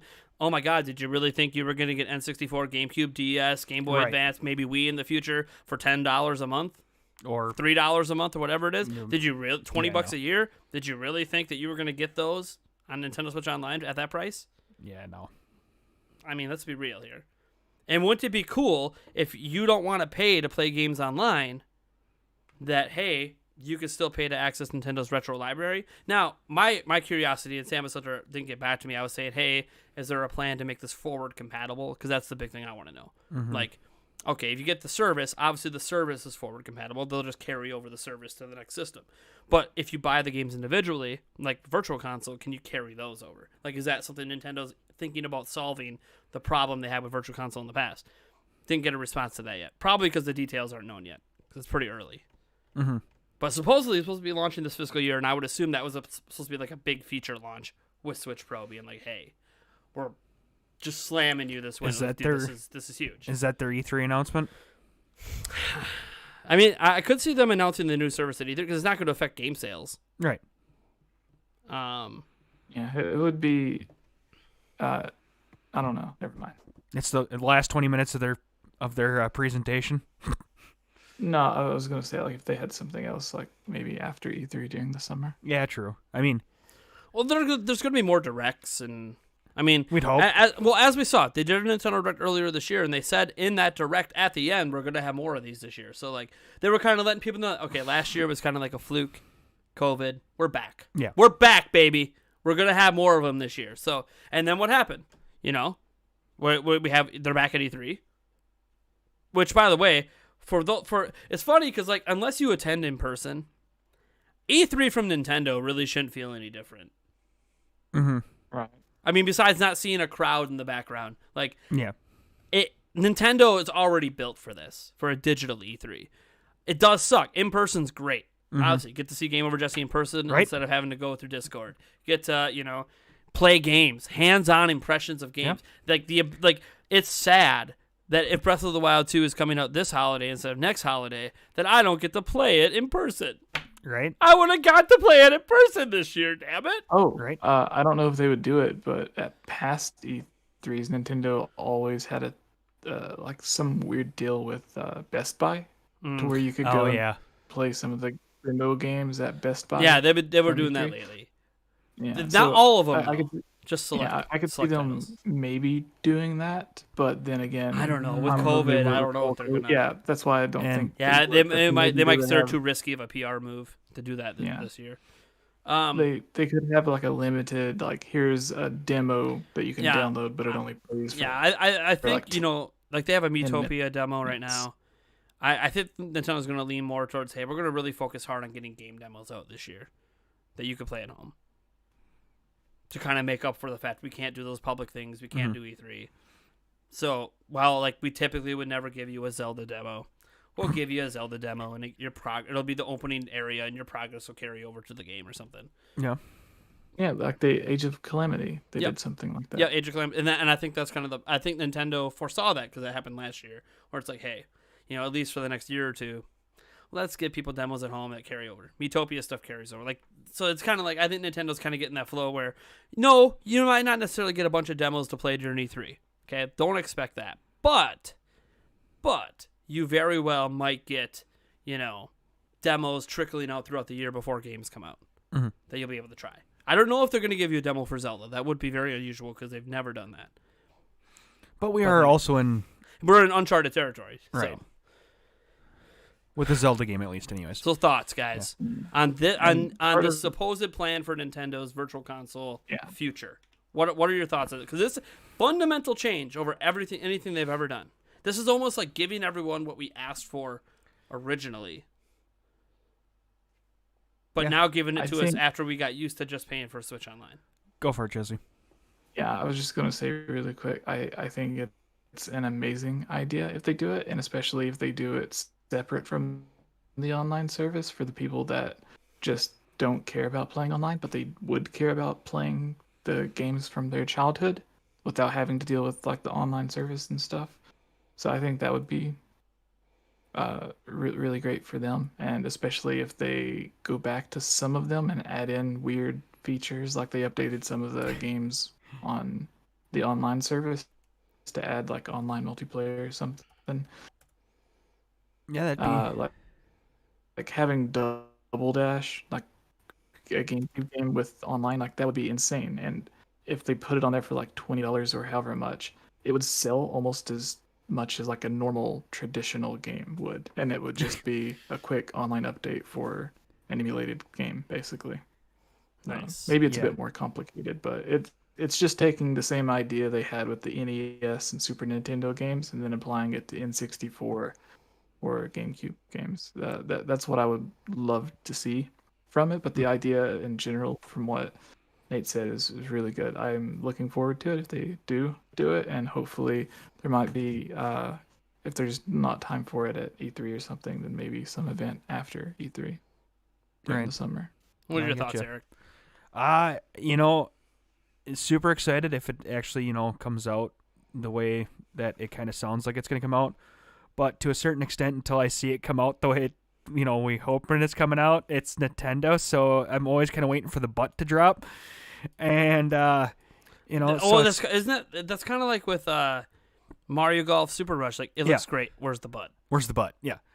And there was a butt with Super Mario Party. It looked great. Right. Mario Tennis Aces, fantastic. We played it on D3. But, oh my God, this is amazing. And then you play the single player and you're like, oh, there's the butt. There's the butt. And Nintendo sometimes has been known for their butts. And so, greatest tune in to E3 ever. 2019 if you think that's, or 2019, 2021. See, look at that. Yeah. Tune in live. Yeah, tune in live for 2019. That's impressive if they can do that. I know, right? But until it actually comes to fruition and we see what it is for what it is, there's always that part of me, and I hate to be cynical, but at the same point in time, that's kind of who I am. I'm waiting for the butt. And what a nice butt it'll be. Yeah. I have a feeling that, is it going to be, again, kind of, I know they're switching to new server tech. Yep. So is this server tech going to be, better than what, they're, and it works really well in Monster Hunter Rise. So, but they got to get to that point, though, where they're fully towards that, though, before I think they can release this, because on their old server tech, I don't know if they can handle the amount of people hitting that server. Who says they even use the same? I mean, I have a feeling they would just team up with Google or Microsoft. And that very well could be possible. To provide any sort of... Well, again, the thing, it's not a streaming service, though, right? Right. It's a subscription service. You still download like an app like we have now to access them all. True. So they're still technically all downloaded on your system. True. But I don't know. Yeah. I don't know. There's been a lot of talk about that weird partnership with Microsoft and everyone's partnering. Nintendo getting ideas or tech from them to help out with server issues. Right. Yeah. I mean, Switch has been in the background of how many Microsoft Oh my God, videos. Phil Spencer just... Jeff Grubb, you bastard. You had to say that everything in the background for Phil Spencer, including the Switch, means something. And then here they have this big Xbox event, and it's not even Phil Spencer. And what do they have? A Series S, a Series X, and a Switch. It's like, God dang it. Well, you're literally putting Switch at the same level as your systems, which means there's clearly a... It's got to be. I don't know what it could be besides xCloud. I'm sorry. The only way it could be on the same level is xCloud, and then your Game Pass will work on xCloud. Unless it's not like an xCloud, it's like an Nintendo Cloud where Nintendo. Oh, what would that be? It's not necessarily Xbox games. It's a similar service, but it's straight Nintendo. It's not. Or it's just Nintendo Cloud. And it's really just xCloud reskinned. Right. Nintendo offers their games, and you can optionally subscribe to Game Pass and get Microsoft's as well. Microsoft doesn't care. They want their games on everything. Why would Nintendo say, no, we don't want your games on our system? Yeah. So I forgot his name, but who's the president of not Xbox, but Xbox Live? Oh. Phil Spencer, right? Well, Phil Spencer he runs all of Xbox. Okay. Xbox Live. When Daniel and I were at E3, we were like 10 steps away from him while he was going on and on and on talking about how much he loved Nintendo and Nintendo Switch. Was it Phil Spencer? Yeah. Yeah. Everyone knows Phil Spencer at this point. He might not have been the head of Xbox at that time. Because he had a title. So when people think he took over Xbox, he still technically wasn't the top dog. Not like he is now. He just took over for, I think it was Don Matrick, who, had no idea what he was doing. Let's just be honest. And then he didn't really get the power to do anything with Xbox until about 4 years ago. And what's happened since then? Studio acquisitions like crazy, xCloud, Game Pass, all of this happened recently, and it happened after Phil Spencer was given the power to do this. And given the he's literally only answers to the CEO of Microsoft. There's nobody else above him when it comes to Xbox. Anything he wants to do, he wants to buy something, just goes to the CEO and says, hey, what about $7.5 billion for ZeniMax and Bethesda? Here's your blank check. Have a good day. You're right. Like, that's how much the CEO of Microsoft believes in what Phil Spencer is doing. Because what happened is the CEO, apparently in a meeting, admitted to Phil Spencer that nobody at Microsoft understands gaming. And it's like, your pitch to me is that you can turn Game Pass into Netflix? Well, I mean, okay, what do you need? Netflix because Microsoft's acutely aware because they invested some money in Netflix. How many billions of dollars was sunk into Netflix until it just started turning a profit this year? Right. So Microsoft's aware. Yeah, it takes a lot of money to turn it into a profit, but once you get there, the profits are astronomical. So when Phil Spencer pitches that, they're like, "Oh yeah, that makes sense. Why wouldn't gamers want to be able to get all these games cheaper? And then in the end, we just make bank in 10 years." Like, we can afford to do it now. Microsoft, they shit out $7.5 million. I mean, they just had their financial report, and they had like $15 billion net profit last quarter. Okay, that already paid back what they just spent, and then they made $7.5 billion on top of that. So, like, $7.5 billion is nothing to Microsoft. It feels weird saying that because, Nintendo only has $9 billion in the bank. Microsoft's a different level, guys. Oh, Microsoft's not just gaming, though, too. So, yeah. There's also that. Let's just say, have you heard of a PC? Right. I mean, yeah, Linux is a thing, but let's just be real. It's like 95% of the market's Windows. Yeah. Have you heard of a PC? Have you heard of business servers? Have you heard of Outlook? I don't know why businesses still... Well, I guess I understand. You don't want to have everything hosted by Google and other companies.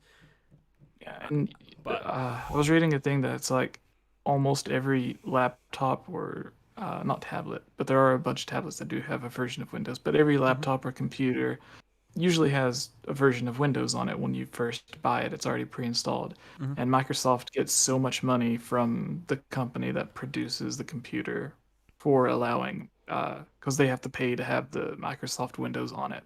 So every single computer that you see on the shelf or at someone's place that has Windows, even if that person's not directly buying a Windows key from Microsoft still gets so much money for every single computer and laptop. Well, yeah, all these laptop makers, they all have deals with Microsoft. They pay Microsoft to put Windows on their platform. The user's paying for it in the long run. It's built into the price of the PC, but I mean, you just don't see it broken out. They're paying for it. People don't want to buy a computer that doesn't come with the OS. Yeah. They're paying for. They just presume. Oh, yeah, of course I get Windows with it. Why wouldn't I? It's just built into the laptop price. Yeah, but that's money that people don't think about. Right? Really? No, yeah. But Microsoft still making millions and millions every single day just from that. And apparently they make the most money they make from the company, at least based on the financial report, comes from their business servers. People don't realize Microsoft servers are the backbone of multi-billion-dollar corporations the world over. Windows Server, like you guys all know about Windows, the PC, Windows 10. Windows Server Edition is running some of the world's biggest supercomputer, super server farms, like all these businesses. Like, why do they sell this Outlook? Yeah, maybe the Outlook app is flawed, but the reason they use Outlook is because it integrates so well with Windows Server, so they can control their own emails internally, not on Google servers or No, we have our own servers, and we run Windows, and we pay Windows, and we pay them to serve us. And my dad deals with a little bit of email migration, and I can't go too much into what he does, but it's just a thing out there. Windows dominates the business world. Yes, there are some companies that go all Apple, but they always run into issues because the problem with all Apple is everything they put in the cloud. Cloud's not always available 24/7. Local server, as long as you have electricity, you have access.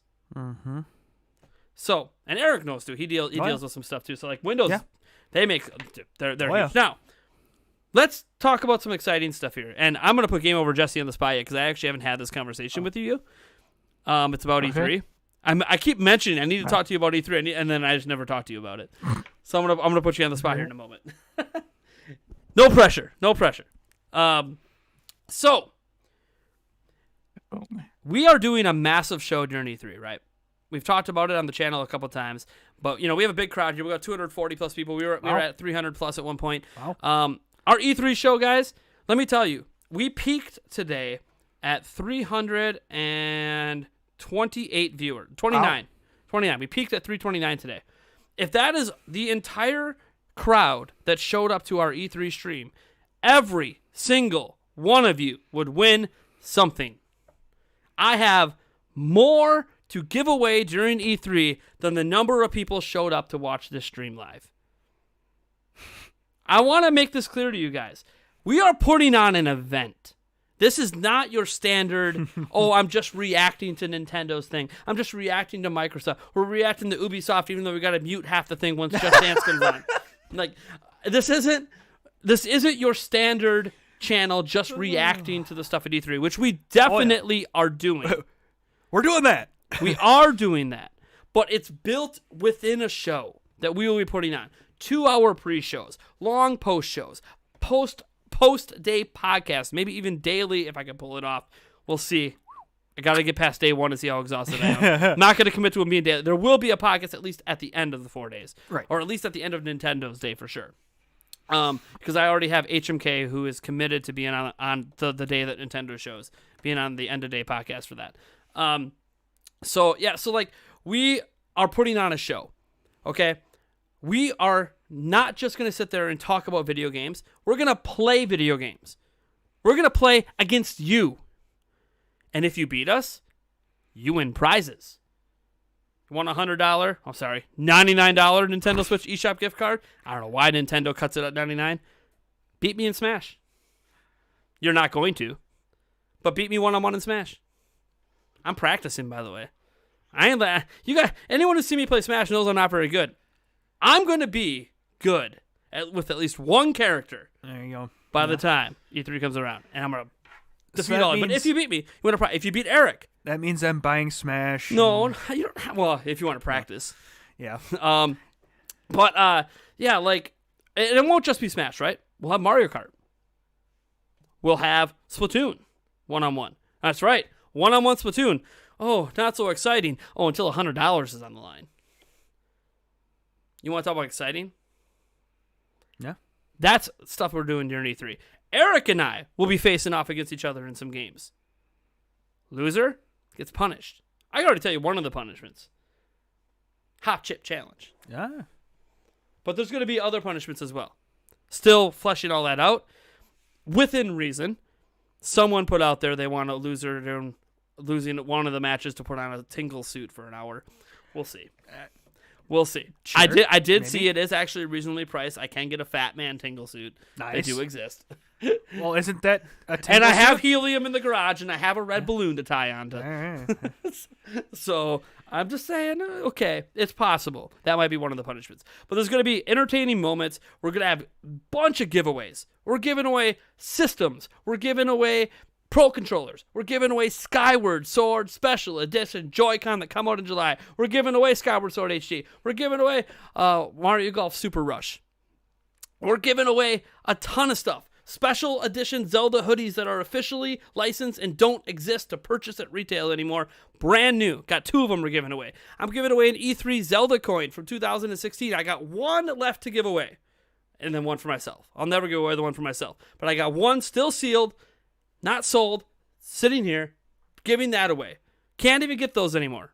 Unless you want to spend like $100 on eBay. Beyond that, we have other collectibles as well coming into play. We are partnering with companies.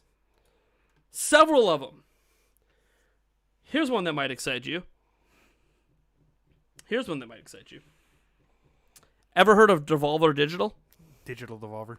No, it's Devolver Digital. Isn't it? Oh, okay. Ever heard of Devolver Digital? I don't know. I mean, they put on one of the best E3 live shows every single year. Ever heard of them?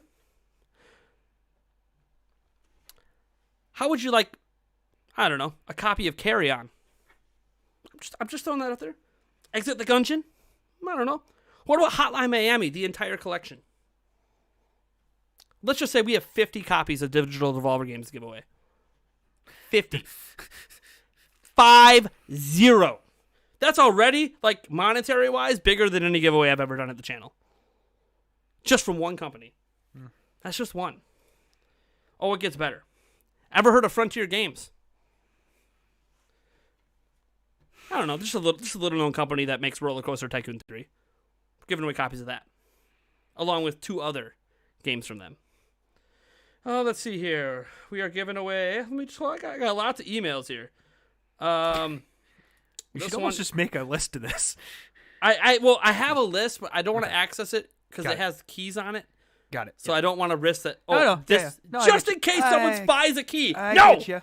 I get you. I'm being careful. That's why I'm in my email. I get you. And avoiding the key part of it. Question. Yep. Being vague. Yep.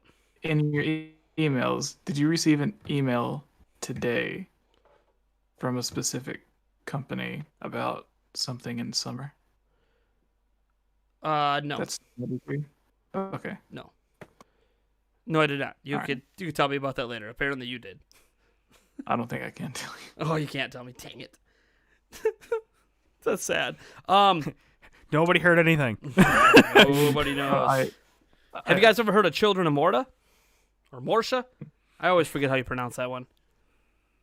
85 plus Metacritic rated game. Remember the tweet that you commented on earlier that was talking about something exciting or whatever? Yeah. I have no idea what you're talking about. Yeah, I had to delete that, even though it didn't say anything. Yes. So he's basically teasing he knows something, but he can never talk about it, so it doesn't matter.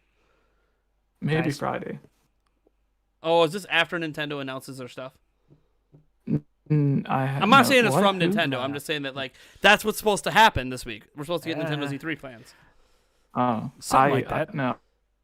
He's like, I gotta be careful. I have a meeting Friday, and then I'll know what I can talk about. Gotcha. Boy.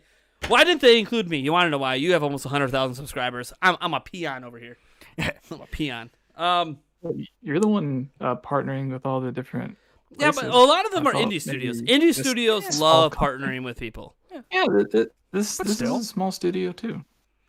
Okay. But still. I mean, I did get one today. It was Devolver Digital though, and it was just about my E3 stuff. It wasn't for a meeting. Okay. So that the Devolver Digital was the new one today.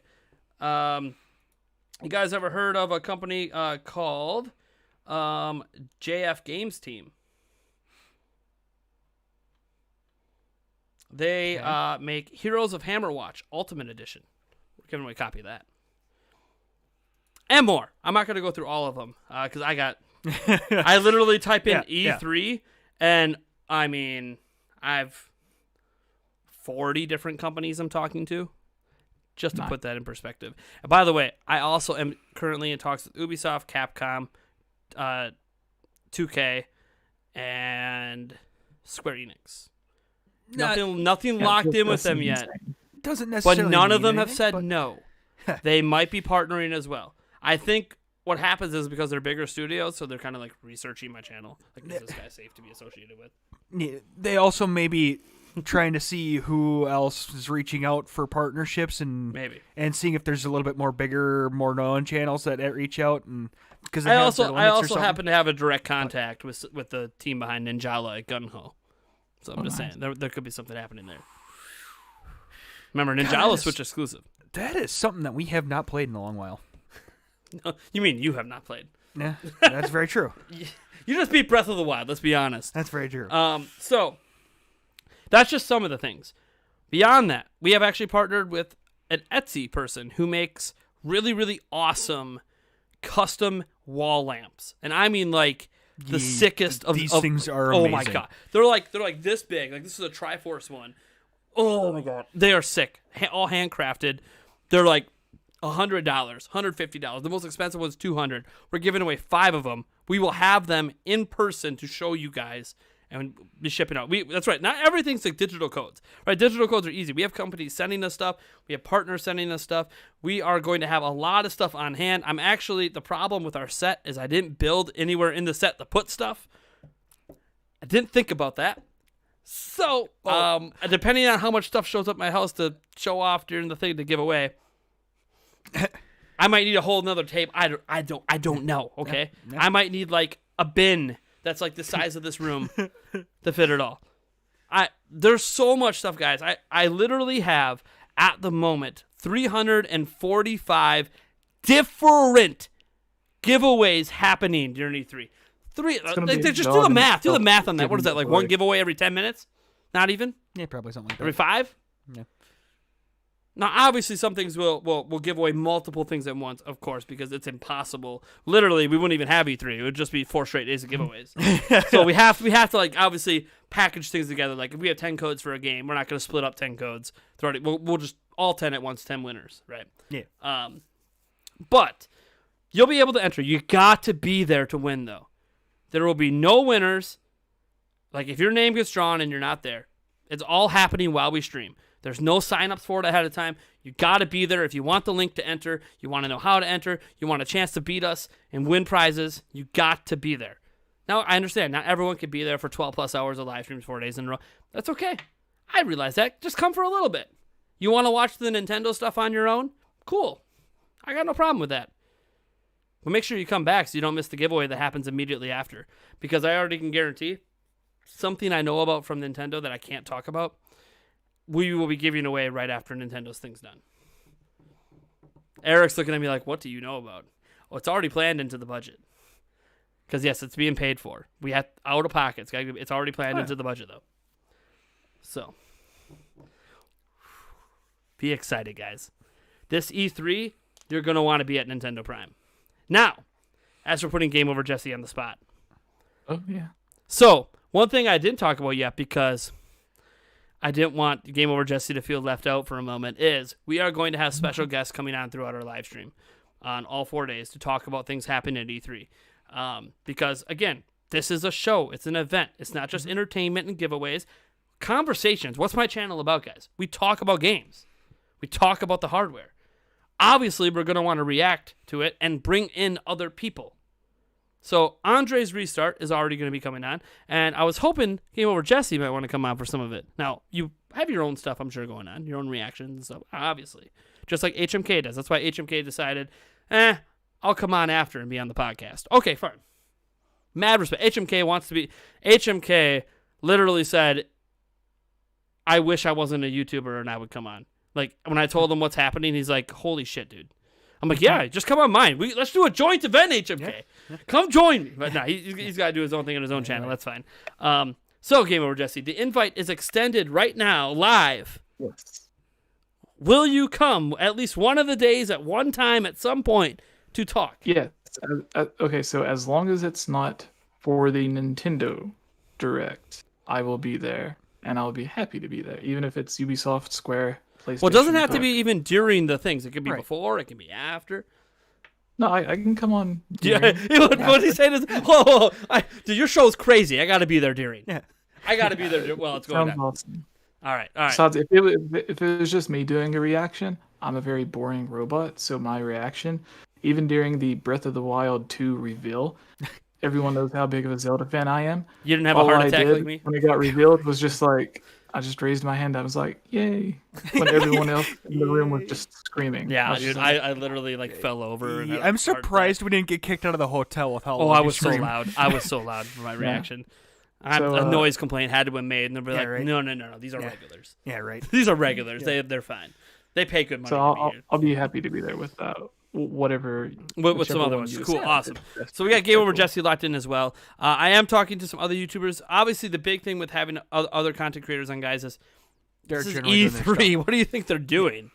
They're making content and live reacting to things too. But, again, we have others that have said, let's wait till the schedule comes out. So we could see there might be a section during some of the days when maybe they don't come on. Like Jesse will come on for Ubisoft or whatever. But if someone wants to come on to say react after Nintendo, well, what's the schedule look like? What's the treehouse? What's the this? What's the that? And then see if there's a spot and they were like, okay, yeah, I need a break from my channel anyways. Let me grab a bite to eat, then I'll pop on and like Andre's Restart. He wants to come on. I think he said for an hour, so we'll see. I told him I was only looking for 15-minute segments, but he wants to be on for an hour and watch me get my ass kicked. That's his choice. Because one of you guys are gonna kick my ass. One of you guys is gonna I'm gonna get embarrassed so bad in Smash I might ban it for the rest of E3 and then play something else I'm actually good at. But no, it's gonna be good fun, guys, and I hope all of you 200 plus people make it out to the show and spread the word. Because the only way this show is going to work, the only way the show is going to be the biggest and greatest E3 show is if everybody does their part and spreads the word. We are a community. I am doing this for you. This is over $3,500 worth of stuff committed, and it's growing by the daily. I literally spend half of my days dealing with business emails, talking to companies, sorting out funding for things, trying to make this all happen. I mean, let's put it this way. I'm sitting at work, and my phone's constantly going... Yeah, because I'm keeping Eric up to date because he's the co-host. He's got to know what's going on. And we don't even have it fully organized because we can't organize all of our stuff until we have the E3 schedule, right? So, that's why it's not only am I excited for Nintendo to announce what they're doing, I want to know when they're doing it so I can build my schedule that day around what's happening with Nintendo. Because obviously for us, Nintendo's the biggest deal, but we're reacting to everything. Oh, yeah. Because we always do. Yeah. So, this is going to be wild. I want all the prizes. A few people said this. Bring on the Donkey Kong! Yeah, dude, DK, man. I would love a DK reveal. 40th anniversary, baby. I still want to see a little bit of DK Animal Crossing, but mainly just the bongos. Play some DK bongos in Animal Crossing. Clear up a couple things in the chat. Somebody said, if you're already subbed, you can't win the giveaways. No, of course you can win. What are you talking about? Yeah. Don't worry about it. I know a lot of people are wondering, how can I enter the giveaways? Well, I can't tell you how because it's not time to enter. Just be there. Yeah, you'll need to be subbed to win, of course, but that's a side dish. Just be there.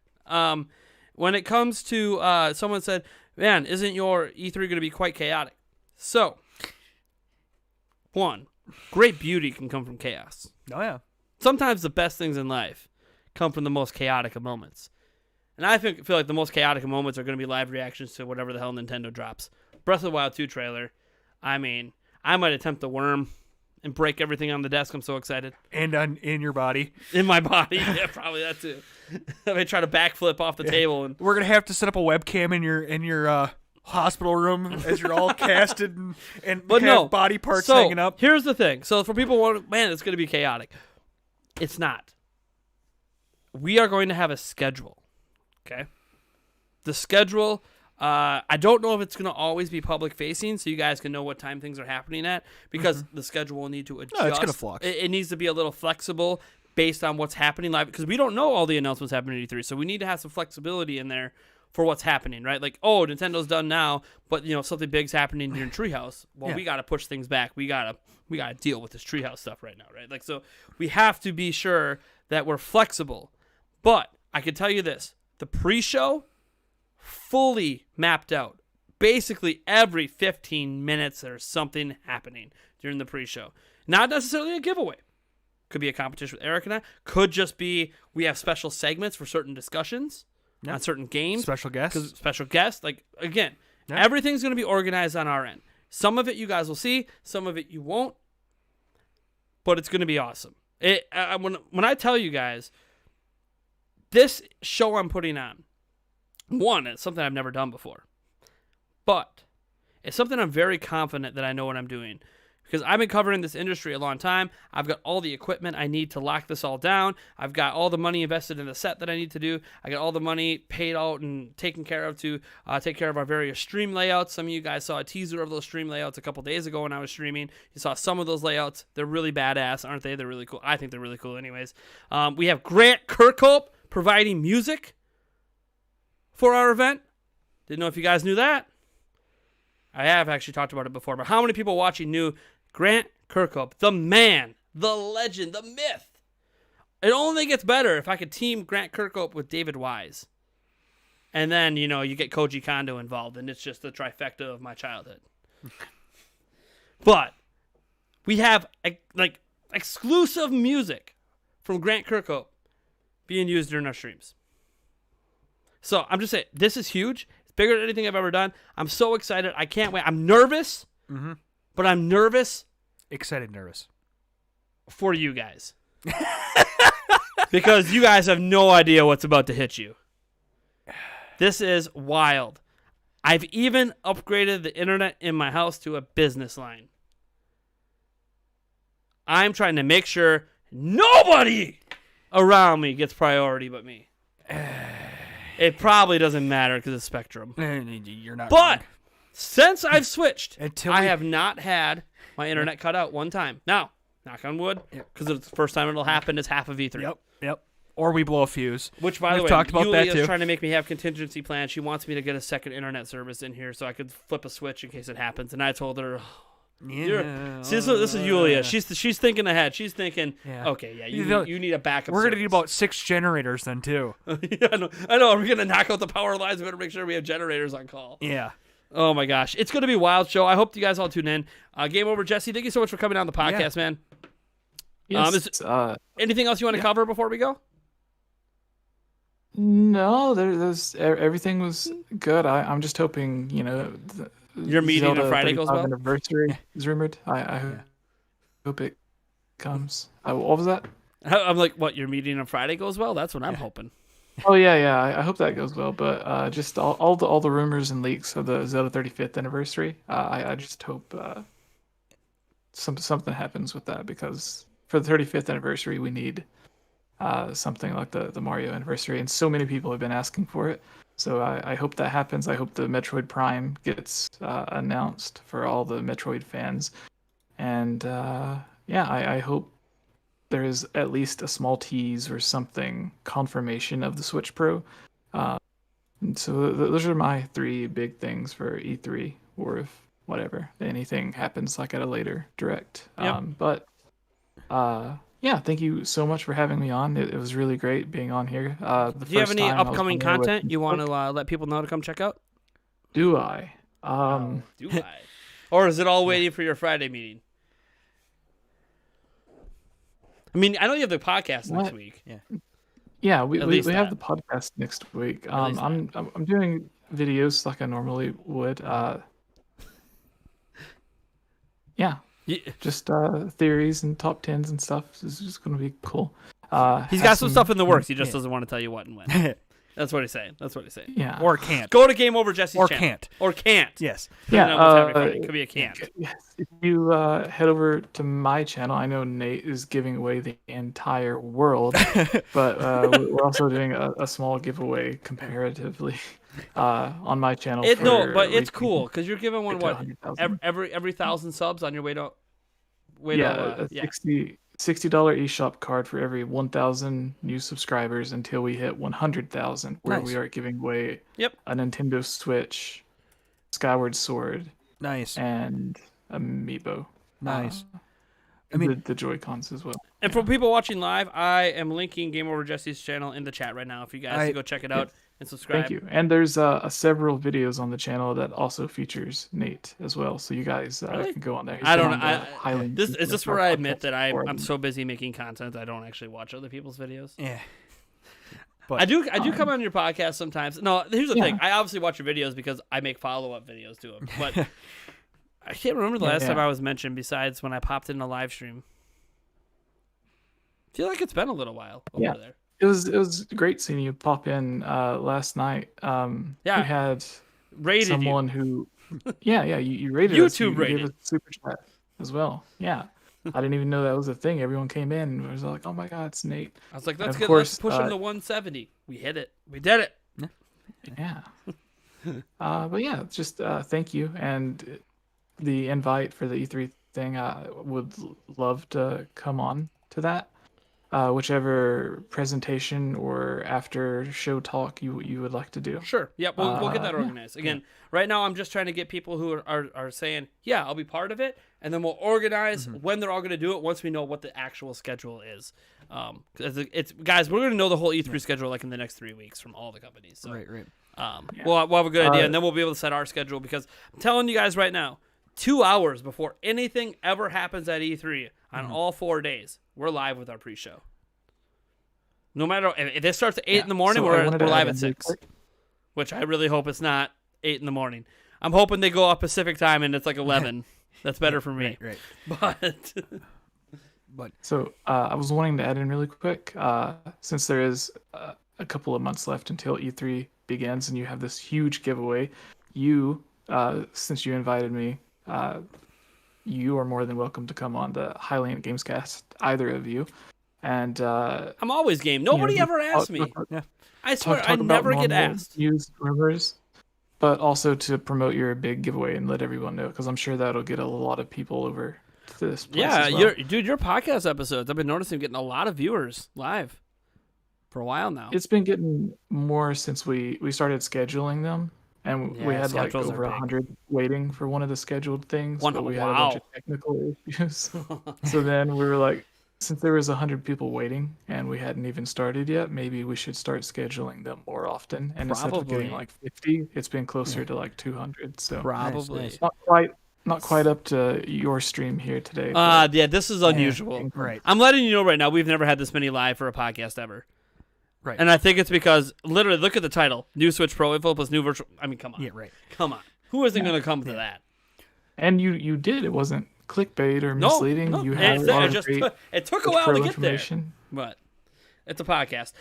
Guys, in the chat right now, if you're live, I'm going to link a link to our pre-show stream. That's right. It's already up, so you can go set notifications. It's set preemptively for 8 a.m. on June 12th. But, again... that's just a tentative thing until we get the schedule. But the stream is set up because, guys, we all know notifications suck, right? So as many possible ways as you can get notifications, which means you should subscribe, you should hit the bell icon, set it to all notifications. But you could set an individual notification for our pre-show. So when it goes live, hopefully it works. I don't know if it will, but hopefully it does. So I'm going to put a link right now in there. for our day one, so you guys can go set notifications for that. Otherwise, go check out GameOverJesse's channel. He does a lot of great stuff. Absolutely. His Zelda knowledge is beyond my own these days.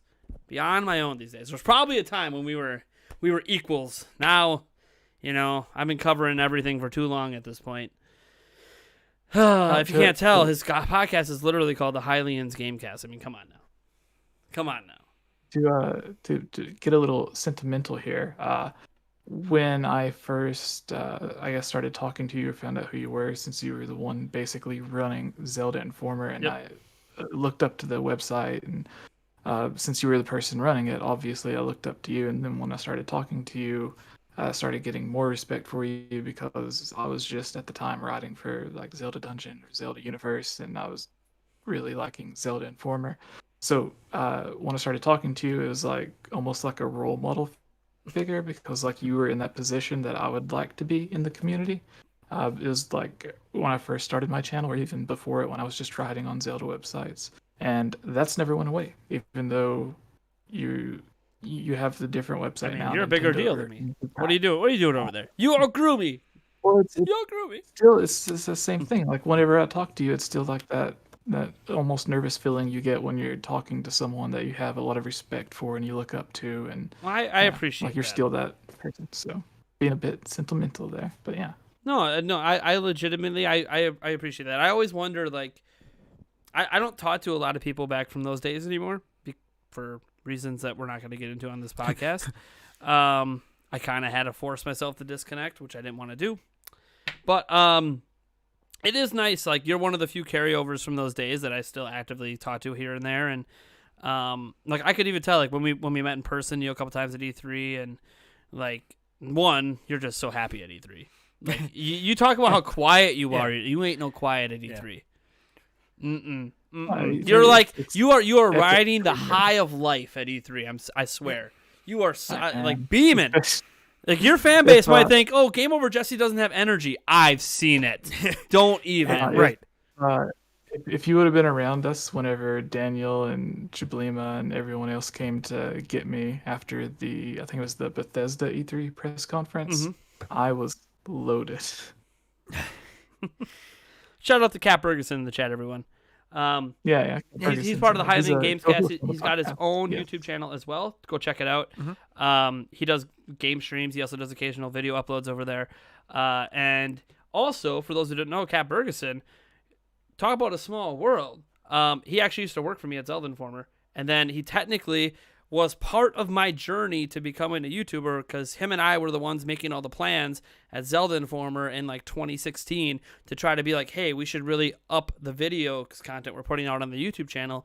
This is kind of like the future. This is where things are going. And Daniel was the one with me helping me do that, not just with like the podcast or something, but actually putting out content. Still to this day, the Dragon Break video on our channel is still one of our most viewed videos. And Daniel made that back in the Zelda Informer days. He's an awesome guy. And he literally, like, honestly, this is how cool Daniel is. He's just like GameOverJesse. I could have, let's say I have, like, I don't know, Game Over Greggy is going to come on, right? He's going to come on and be on one of our podcast episodes. But something comes up, cancels, 5 minutes to go. I already have everything set up. I'm ready to go. Oh, crap, because I will not do a podcast without a guest. I'm telling you right now. But I could literally text Daniel like that. He'll show up. Same for GameOverJesse if he sees the message in time. Like, this is the tight-knit community and how small it is in this Zelda community that sticks it out. I'm sure RMFH would be the same way. I don't know why I don't talk to him. I should really talk to him more often. Because he knows all about me. Because, like, RMFH knows more about me not because, like, he worked under me or like that, but I helped his YouTube channel grow. Like, I did so many Zelda YouTube channels back then. When Zelda Informer was a big deal, we were looking for content to post every day, and I was the one that sat there and I said, you know what's happening on YouTube right now, right? There's so many crazy Zelda theories. Why are we not posting about these? Yeah. And we helped all these channels get their start, which kind of sucks because, like, some of the channels have gotten quite big, and now that I'm a YouTuber, they won't respond to me. But I guarantee you, if Zelda Informer was still around and I was running Zelda Informer, oh yeah, they'd talk to me because they'd want me to send them views. It's weird. I'm not going to call anyone else specifically.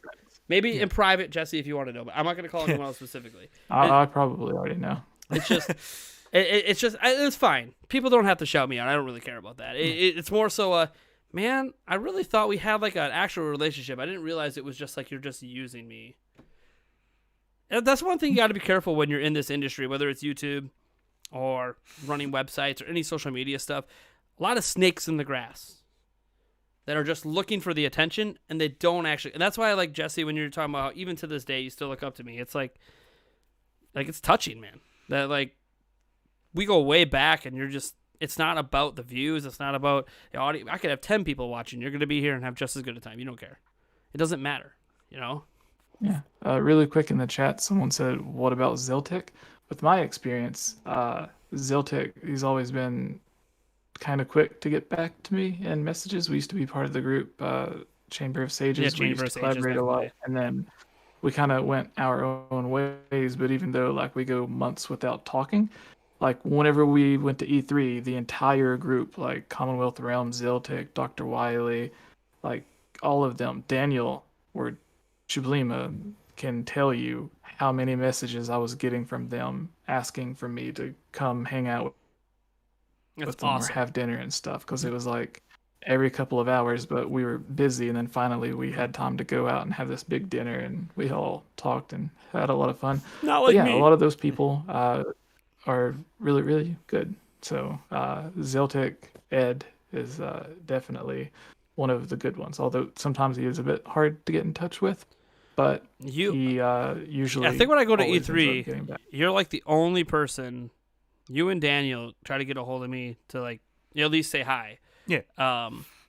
Literally nobody else. There was only one other time, and it was Cody at Zelda Universe wanted to hang out for a bit. The first E3. Cody is a king among. Yeah, Cody's quite. I got to get him on a podcast someday.